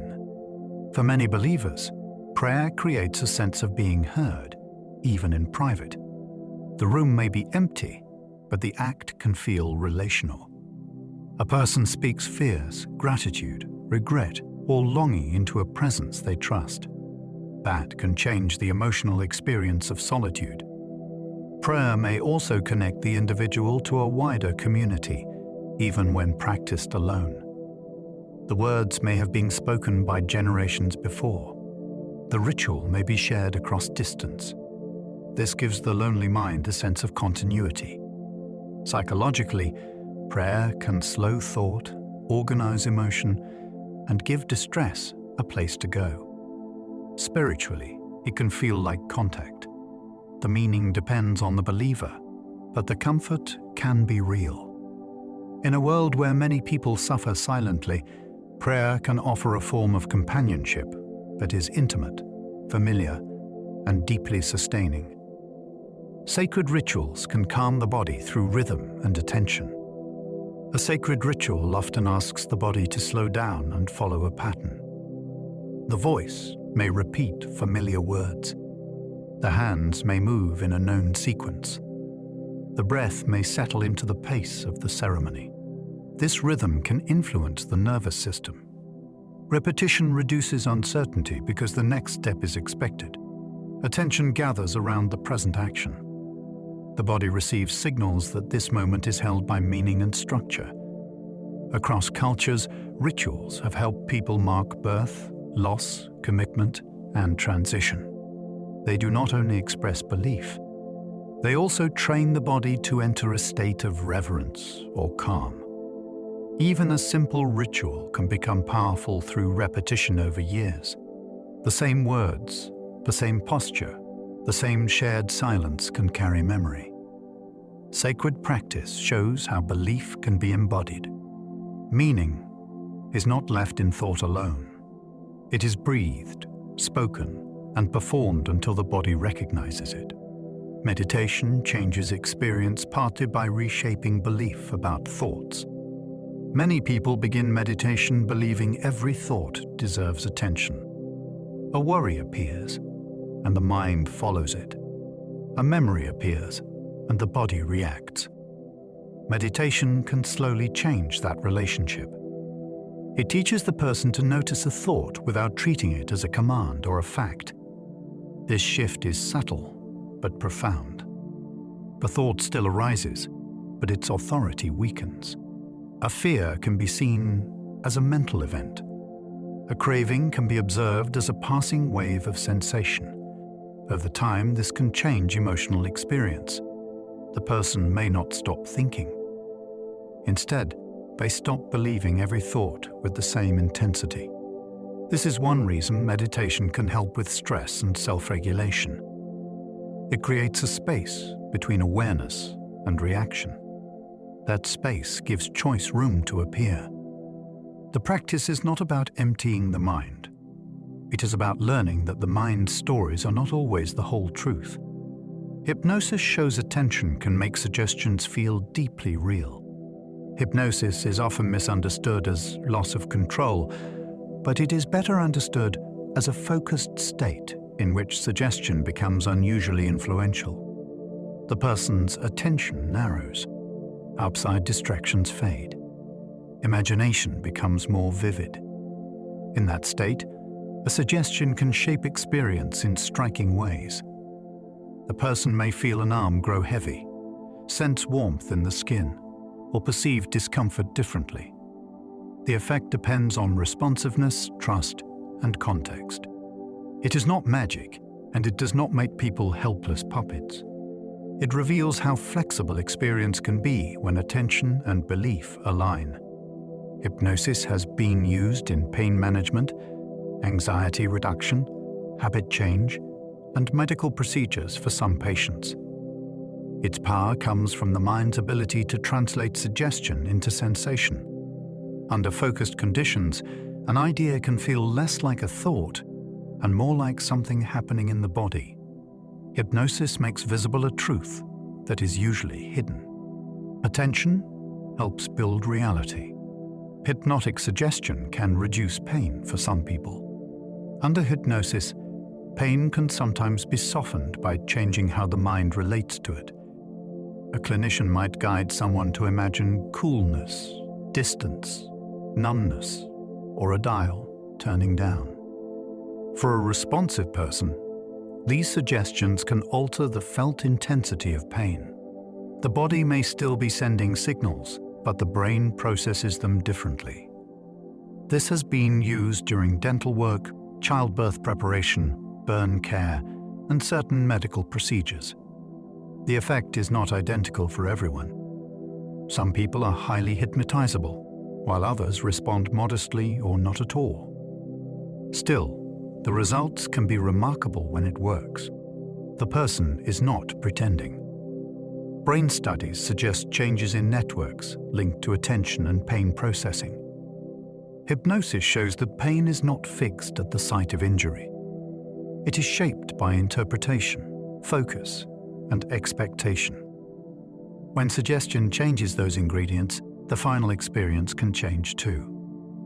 The mind becomes part of the pain system. Expectation can shape what people remember from hypnosis. After hypnosis, people may feel that memories recovered during the session are unusually vivid or meaningful. That feeling can be powerful, but it can also be misleading. Memory is reconstructive, and hypnosis can increase confidence without guaranteeing accuracy. If a person expects hidden memories to emerge, the mind may generate images, impressions, or stories that feel real. Suggested questions can make this more likely. This is why responsible clinicians are careful. Hypnosis can help with relaxation, focus, and symptom management, but it is not a perfect truth machine for the past. The fascinating issue is the difference between vividness and accuracy. A memory can feel detailed and still be distorted. A person can be sincere and still be mistaken. Expectation guides the search, then confidence can seal the result. Hypnosis reveals how easily memory, imagination, and belief can blend. The past does not always return as a recording. Sometimes it is rebuilt under the influence of what the mind expects to find. Placebo sleep can improve alertness after people believe they rested. Sleep is physical, but our belief about sleep also matters. In a remarkable experiment, people were told that a device had measured how much deep sleep they had received. Some were informed that their sleep quality was excellent, even when that information was not truly based on their night. Afterward, they performed better on certain attention and thinking tasks. The belief that they had slept well seemed to improve how alert they felt and how effectively they performed. This does not mean sleep can be replaced by positive thinking. The body still needs real rest. But it shows that expectation can shape the waking experience of energy. If someone believes they are exhausted beyond repair, they may enter the day already defeated. If they believe they are reasonably restored, they may engage more fully. Placebo sleep reveals a surprising layer of the mind-body relationship. Even after the night is over, belief can influence how rested the day feels. Sleep quality beliefs can affect mood the next morning. The story you tell yourself about the night can shape the way the morning feels. Two people may sleep for the same amount of time, yet wake with different expectations about the day ahead. One thinks, that was enough. The other thinks, I am ruined. The body may then follow the meaning attached to the night. A person who believes the sleep was poor may notice heaviness more strongly. They may interpret ordinary grogginess as proof that the day will be difficult. That interpretation can lower mood before anything has happened. This does not mean sleep is only a matter of attitude. Real sleep loss affects attention, health, and emotional balance. But belief adds another layer. It can amplify tiredness or soften it. The morning mind is suggestible because it is already emerging from a vulnerable state. What we believe about our rest can become part of how restored, capable, and steady we feel. Belief about aging can influence health behavior over decades. Aging is biological, but it is also surrounded by expectation. If a person believes later life means helpless decline, they may become less active long before their body requires it. They may avoid exercise, accept discomfort as inevitable, or stop pursuing new skills because they think change belongs only to the young. Another person may see aging as a stage that still allows strength, curiosity, and purpose. That belief can lead to different choices repeated across years. They may keep walking, keep learning, keep seeking care, and keep investing in relationships. Over time, those choices matter. Beliefs about aging can shape posture toward the future. They can influence whether symptoms are treated, whether mobility is protected, and whether the person expects life to remain meaningful. The body still changes. No belief cancels time. But the mind's picture of aging can either narrow the path ahead or leave more of it open. Positive age beliefs are linked with longer life. Some of the most intriguing aging research suggests that people who hold more positive views of later life tend to live longer than those with strongly negative views. The effect is not mystical. A healthier view of aging may influence daily behavior, stress, and willingness to seek support. Someone who expects older adulthood to include value and possibility may continue to protect their health. They may recover from setbacks with more determination because they do not see decline as the only story. Positive age beliefs can also reduce the internal weight of stereotypes. If a person expects forgetfulness, weakness, or invisibility, they may interpret every difficulty as confirmation. If they expect growth in wisdom and adaptation, the same difficulty may become a problem to solve. The difference can accumulate quietly. Longevity is shaped by genes, environment, healthcare, and chance. Yet belief may still matter because it helps decide how a person lives inside the years they are given. Believing exercise counts can change health markers. Movement does not always look like a gym session. It can be hidden inside work, chores, walking routes, and daily care. In a famous study, hotel housekeepers were told that their physically demanding work already met recommended exercise levels. After learning this, some showed improvements in measures such as weight, blood pressure, and body fat. Their jobs had not changed. What changed was the meaning of their effort. They began to see ordinary labor as healthful activity rather than invisible exhaustion. This may have influenced behavior in subtle ways. They may have moved with more intention or noticed their bodies differently. The finding is powerful because it shows how recognition can change the body's relationship with action. Many people move more than they think, yet dismiss it because it does not match the cultural image of exercise. Belief can turn overlooked effort into something the mind values, and what the mind values may shape the body's response. Hotel workers improved health after learning their work was exercise. The housekeepers in that study were not handed new equipment or placed on a new training plan. They were given a new interpretation of what they already did. Making beds, lifting linens, vacuuming floors, and moving through rooms required sustained physical effort. Yet many did not think of it as exercise. Once researchers explained that the work counted toward an active lifestyle, the women began to view their days differently. Their bodies had been working all along, but their belief had not recognized the work as health behavior. That shift appeared to matter. It suggests that the labels we place on activity can influence motivation, awareness, and physiological response. A staircase may feel like an inconvenience or a small act of fitness. A busy shift may feel only draining or also strengthening. The body performs the movement, but belief helps assign its meaning. Sometimes health begins with noticing that effort was already there. Food labels can change hunger hormones after the same meal. A drink can enter the stomach with the same ingredients, yet the body may respond differently depending on what the label suggests. In one study, people consumed the same milkshake on different occasions. One label described it as indulgent and rich. Another made it seem light and sensible. The actual drink did not change, but the body's response did. Hunger-related hormones shifted more strongly when people believed they had consumed the more indulgent version. This is astonishing because it suggests that metabolism is not only reading calories, it is also influenced by expectation. The brain interprets the meal before the body finishes processing it. That interpretation can help regulate satisfaction. A food described as hearty may feel more filling. A food described as restrictive may leave someone searching for more. Labels do not create nutrients from nothing, but they do shape the meal's meaning. The body listens to that meaning more closely than we might expect.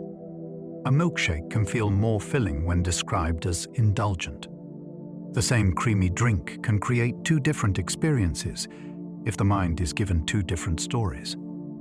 When people think they are consuming something decadent, they may feel more satisfied afterward. The word itself changes the frame. Indulgent suggests richness, fullness, and permission to feel treated. A diet label can do the opposite. It may make the body expect restraint. That expectation can leave the person scanning for hunger sooner, even if the ingredients are identical. This shows how eating is not only mechanical. Appetite is built from taste, memory, social meaning, and prediction. A meal can be physically present, yet psychologically incomplete if the mind does not believe it was enough. This helps explain why restrictive eating can feel so difficult. The body is reacting to more than food. It is reacting to the story attached to food. A label can whisper to the brain before the first sip, and the brain may answer through hunger. Wine tastes better when people believe it costs more. A higher price can change the pleasure people expect from a drink. In experiments, volunteers have tasted the same wine while being told different prices. When they believed it was more expensive, many rated it as more enjoyable. Brain activity connected with reward also changed. The liquid itself was not different. The experience was. Price acted like a signal of quality, and the brain used that signal while building the flavor. This does not mean people are foolish. Taste is deeply influenced by context. A glass poured in an elegant room may feel different from the same glass in a plastic cup. The mind brings expectation to the tongue. Expensive often means rare, careful, or superior, so the brain prepares for pleasure. Then, it may find more of it. Wine is chemistry, but it is also culture. The bottle, the label, and the story around it can become part of what the drink seems to taste like. Brain scans show price can alter pleasure responses. The brain's reward system does not judge experience in isolation. It weighs meaning. When people believe something is valuable, regions involved in pleasure can respond more strongly. This has Bière shown with price cues, where the same product can produce different reward activity depending on what people think it costs. The finding is striking because it moves belief from opinion into measurable brain response. Value is not merely stamped onto an object after the fact. It can shape the experience as it unfolds. A person may truly enjoy the higher-priced option more, even when it is secretly identical to the cheaper one. The brain is not just tasting, seeing, or touching. It is interpretive. It asks what the experience means, then folds that meaning into pleasure. This helps explain luxury branding, collector culture, and the satisfaction of rare things. The reward is partly in the object, and partly in the belief that the object matters. Color can change what people expect medicine to do. A pill's color can speak before the medicine does. People often associate warm colors with energy and cooler colors with calm. Those associations can influence what they expect a treatment to feel like. A brightly colored tablet may seem stronger or more stimulating. A softer shade may seem gentler.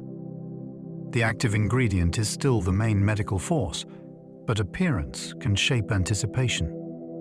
In placebo research, presentation can affect response because the brain uses every available cue to predict what will happen next.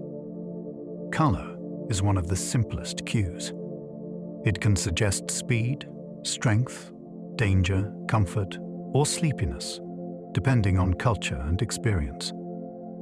This is why medicine design is not only practical, it is psychological. The pill must be swallowed by a person whose brain is already interpreting it. A small circle of color can become part of the treatment story. The body may begin responding to that story before chemistry takes over. Red pills are often expected to feel stimulating. Across many settings, red is associated with alertness, heat, urgency, and action. When that color appears on a tablet or capsule, some people may expect a stronger or more energizing effect. The expectation does not come from the pigment itself. It comes from learned association. Red appears in warning signs, sports uniforms, ripe fruit, and emotional signals of intensity. The brain carries these meanings forward. If a person takes a red pill, the color may suggest that something active is about to happen. In placebo studies, this kind of expectation can influence subjective experience. People may feel more awake or anticipate a stronger response, even when the pill contains no stimulant. Culture can shape the effect, so it is not universal in every person or place. Still, it reveals how easily the mind reads meaning into form. A medicine is never just a chemical. Its appearance can become a message the nervous system tries to understand. Blue pills are often expected to feel calming. Blue is commonly linked with coolness, rest, and quiet spaces. Because of those associations, a blue tablet may be expected to soothe rather than energize. The color can set the emotional tone of a treatment before it begins. This matters because expectation influences how people notice and interpret changes in the body. A person who expects calm may pay more attention to signs of relaxation. They may breathe more slowly or feel safer taking the medicine. A tablet that looks calming can fit the story of relief. The effect is not guaranteed, and cultural differences matter. In some settings, colors carry different meanings. But the general lesson is important. The brain is always reading symbols. It does not wait for laboratory analysis. It uses appearance, memory, and context to prepare the body. A small blue pill can become more than a delivery system. It can become a signal that the body is allowed to settle. Placebo buttons can make people feel more in control. Sometimes a button changes experience, even when it changes nothing else. In certain experiments or everyday situations, people are given a control that appears to influence an outcome. The control may be inactive, yet the feeling of agency can reduce distress. A pedestrian button that no longer controls a traffic light may still make waiting feel easier. A thermostat that is not fully connected may still make a room feel more tolerable. The important ingredient is perceived control. When people can take an action, even a small one, uncertainty becomes less helpless. The body may relax because it believes it has a way to respond. This is not only about being fooled. It is about the human need to participate in what happens next. Control changes the emotional meaning of discomfort. Waiting passively can feel trapped. Pressing a button can feel like doing something. The action may be symbolic, but the relief can still feel real. Control beliefs can reduce stress in uncertain situations. Uncertainty becomes more stressful when people believe they have no influence at all. A small sense of control can make the same situation easier to bear. This has been seen in studies of noise, pain, waiting, and difficult tasks. When people believe they can stop, adjust, or influence an unpleasant experience, their stress often decreases. They may not even use the control. Knowing it is, there can be enough. The mind handles hardship differently when escape or influence feels possible. The body does not have to brace in the same way. This helps explain why clear choices matter in hospitals, workplaces, schools, and family life. A person who is given a voice may feel calmer even when the outcome is still difficult. Control is not always complete. Often it is partial and imperfect. But belief in even limited control can restore dignity. It tells the nervous system that the person is not merely being carried along by events. Learned helplessness showed belief can change behavior dramatically. In classic psychology experiments, animals exposed to unavoidable stress later failed to escape even when escape became possible. They had learned that action did not matter. This finding became known as learned helplessness, and it changed how researchers thought about motivation. The lesson was sobering. A creature can stop trying not because escape is impossible now, but because past experience taught that effort was useless. In humans, similar patterns can appear after repeated failure, trauma, or uncontrollable hardship. A person may not apply for a job, leave a damaging situation, or attempt a new skill because the inner forecast says nothing will change. The belief becomes a cage. What makes this so important is that the cage may remain after the door has opened. Recovery often requires more than opportunity. It requires new evidence that action can work again. Learned helplessness shows that belief can reach deep into behavior, shaping whether effort even begins. Animals may stop trying when escape feels impossible. A striking lesson from behavioral research is that giving up can be learned. When an animal repeatedly experiences an unpleasant situation it cannot control, its nervous system may stop preparing active responses. Later, even when a route to safety exists, the animal may remain still. From outside, this can look like weakness.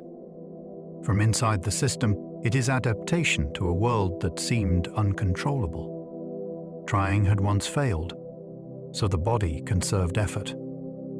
This response has parallels in human life. People who have faced repeated defeat may stop seeing openings that others notice. Their perception of possibility has been trained downward. The tragedy is that the environment may change before the belief changes. A new chance appears, but the mind does not trust it. This is why supportive experiences must sometimes be repeated. The body needs to learn that action can matter again. Hope may return through small escapes, each one teaching the nervous system a different future. Belief in control can restore effort after setbacks. After failure, the crucial question is often whether a person believes the next action can make a difference. If the answer is no, effort collapses. If the answer is yes, even weakly, effort can return. This belief does not require certainty. It only requires a small opening. A student who failed an exam may study differently if they believe a new strategy can help. A patient in rehabilitation may continue exercises if they believe progress is still possible. A worker after rejection may apply again if they believe the outcome is not fixed. Control beliefs help convert disappointment into adjustment. They tell the mind to search for levers. What can be changed? What can be practiced? What can be asked for?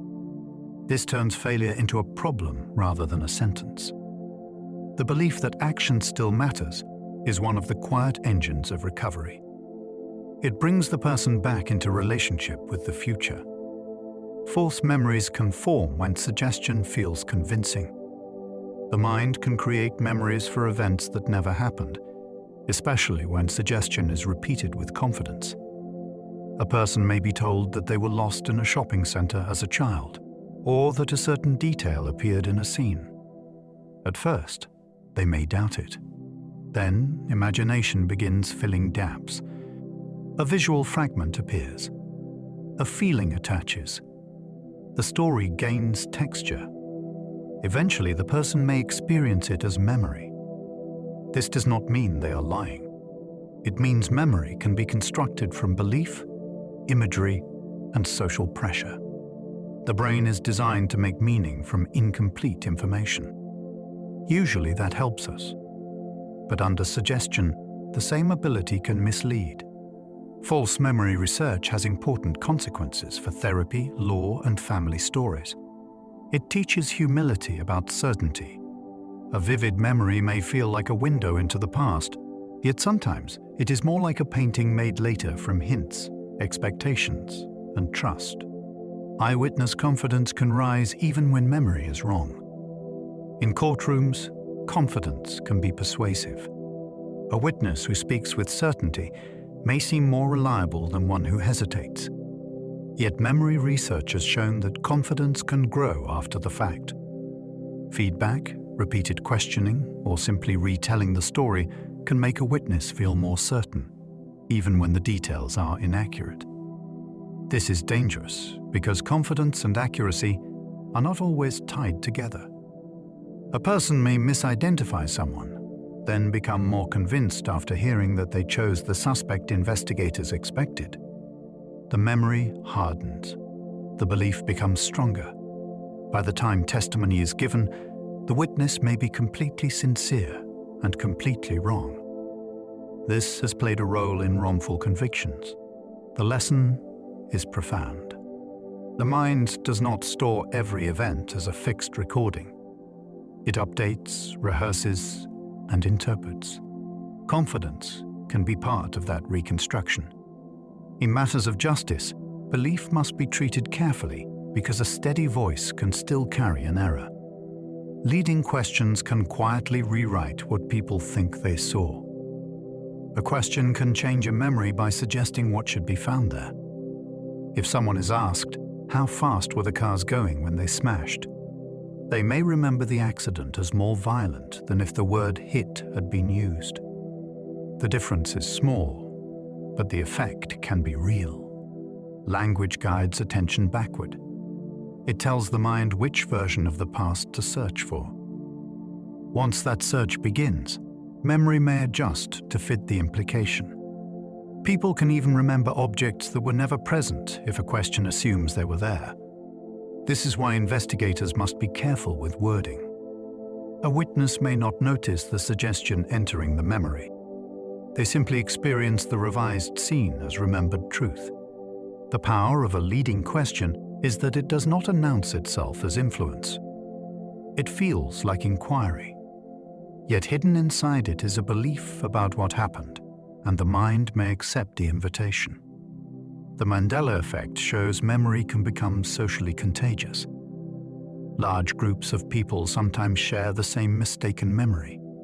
They may remember a phrase, logo, scene, or public detail differently from the record. This is often called the Mandela effect. Its name comes from people who falsely remembered Nelson Mandela dying before his actual death. The phenomenon is fascinating because the error does not remain private. It spreads through conversation, internet forums, and shared surprise. When one person describes the false memory, others feel recognition.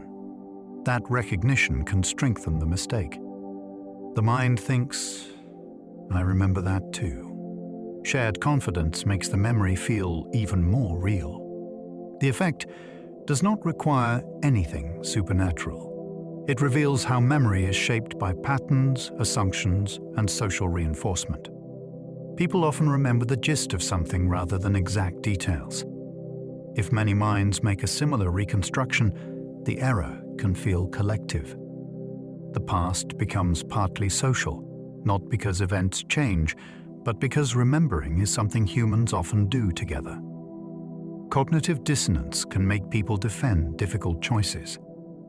After a hard choice, the mind wants the decision to make sense. If someone sacrifices time, money, or comfort for something, they may feel tension if the outcome is disappointing. That tension is called cognitive dissonance. It appears when beliefs, actions, and evidence do not fit together comfortably. To reduce the discomfort, people may change the story. They may decide the sacrifice was worth it, the rejected option was worse, or the outcome is better than it looks. This can happen after purchases, relationships, jobs, and public commitments. The more costly the choice, the stronger the need to justify it may become. This is not simply stubbornness. It is the mind trying to preserve coherence. Living with contradiction is exhausting. Belief helps smooth the internal conflict. The danger is that people may defend a poor choice longer than they should. The gift is that dissonance can also push honest reflection when the mind is brave enough to face it. Beliefs can shift when actions conflict with self-image. People often assume belief comes first and action follows. Sometimes the order reverses. A person may act in a way that clashes with their view of themselves, then adjust their beliefs to reduce discomfort. Someone who thinks of themselves as generous may become more generous after making a public commitment. Someone who argues for a position may begin to believe it more strongly, especially if they were not forced. The mind watches behavior and asks what kind of person would do that. Then, it updates the self-story. This is why small actions can matter. They become evidence. A person who writes each day may begin to believe they are a writer. A person who keeps showing up for exercise may begin to believe they are active. Action gives belief something to stand on. The self is not only discovered inside thought.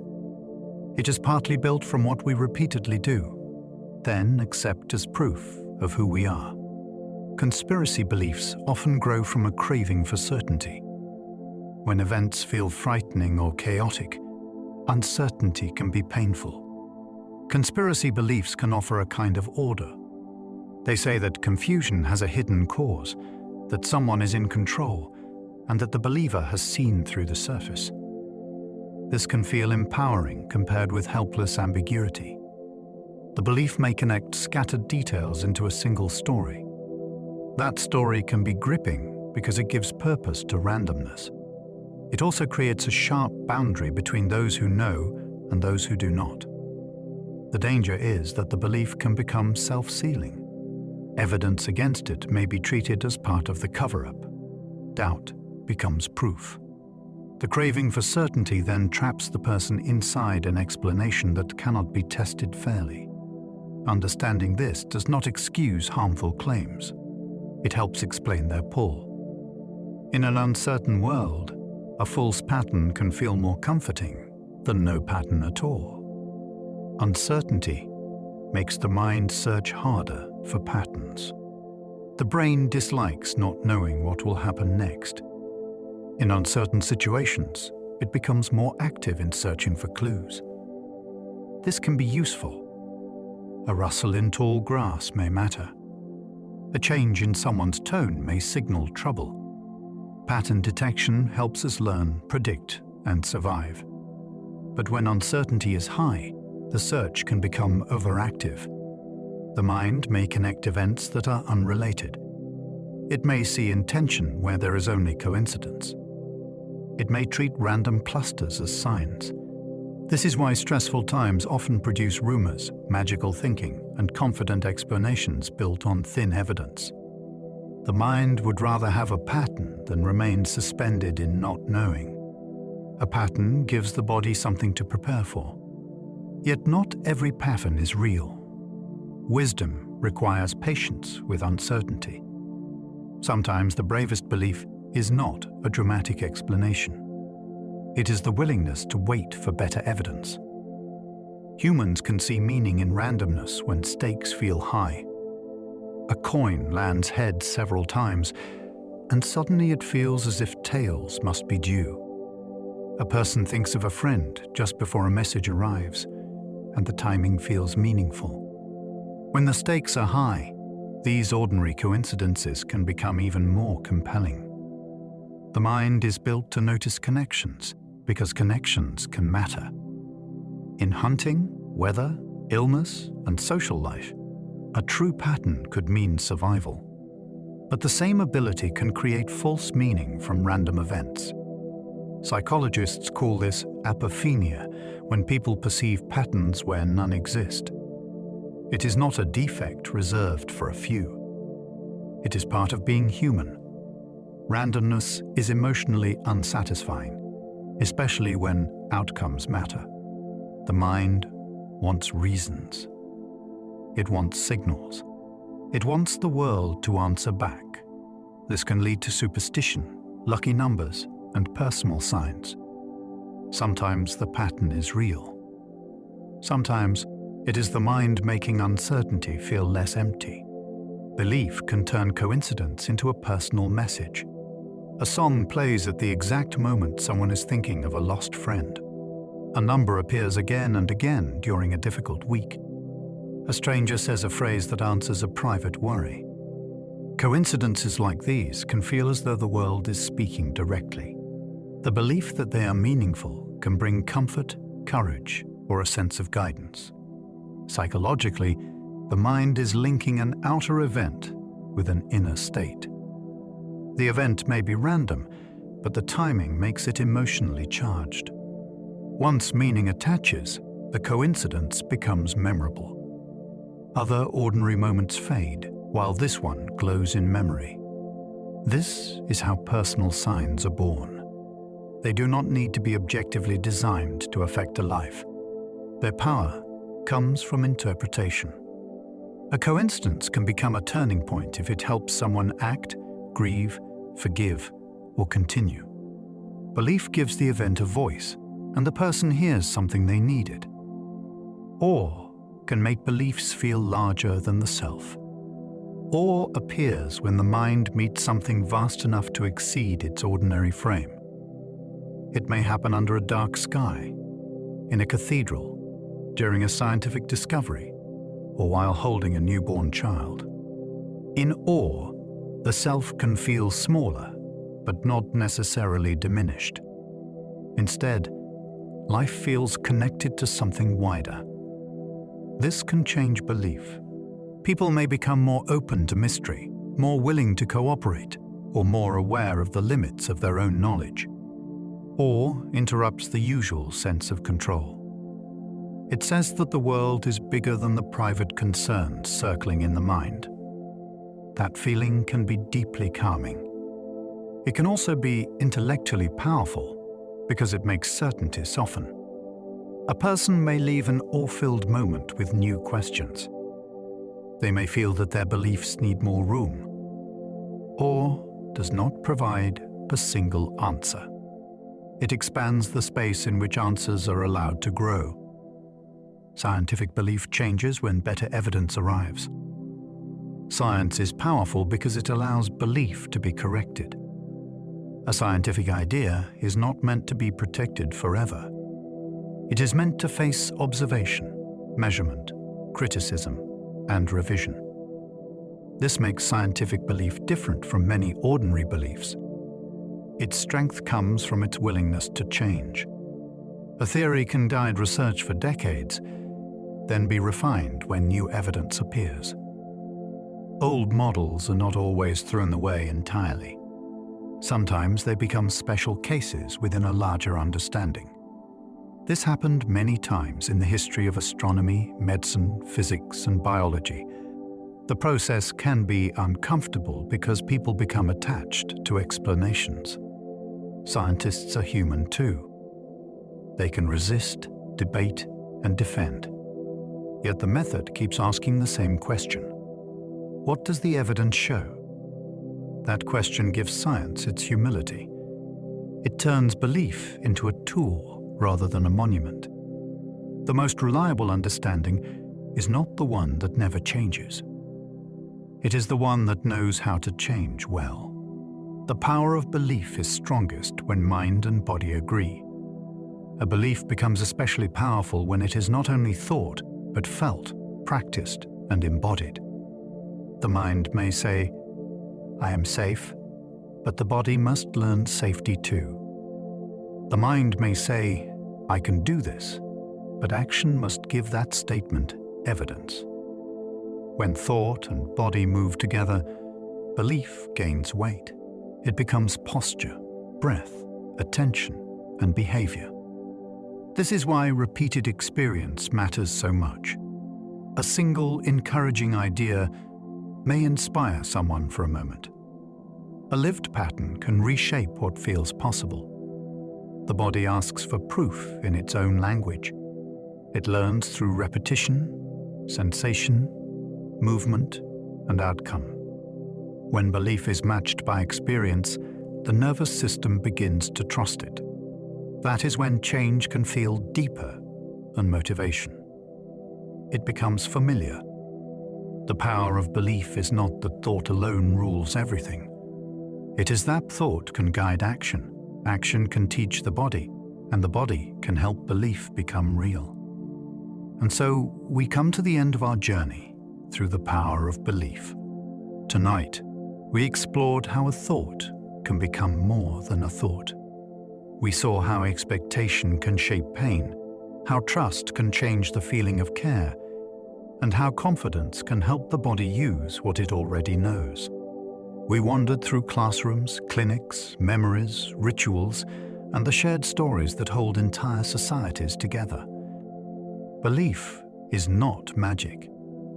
It does not replace medicine, evidence, or effort. But it does something quietly astonishing. It gives meaning to experience. It helps the brain decide what matters. It can soften fear, strengthen hope, and guide the body toward a different response. Even now, as the facts begin to fade, you might notice how belief lives close to everyday life. In the way a familiar voice can calm you. In the way a small routine can steady you. In the way the future can feel different when the mind believes there is still a path forward. So for now, let all of that become simple. Let the ideas settle gently, like dust in a still room.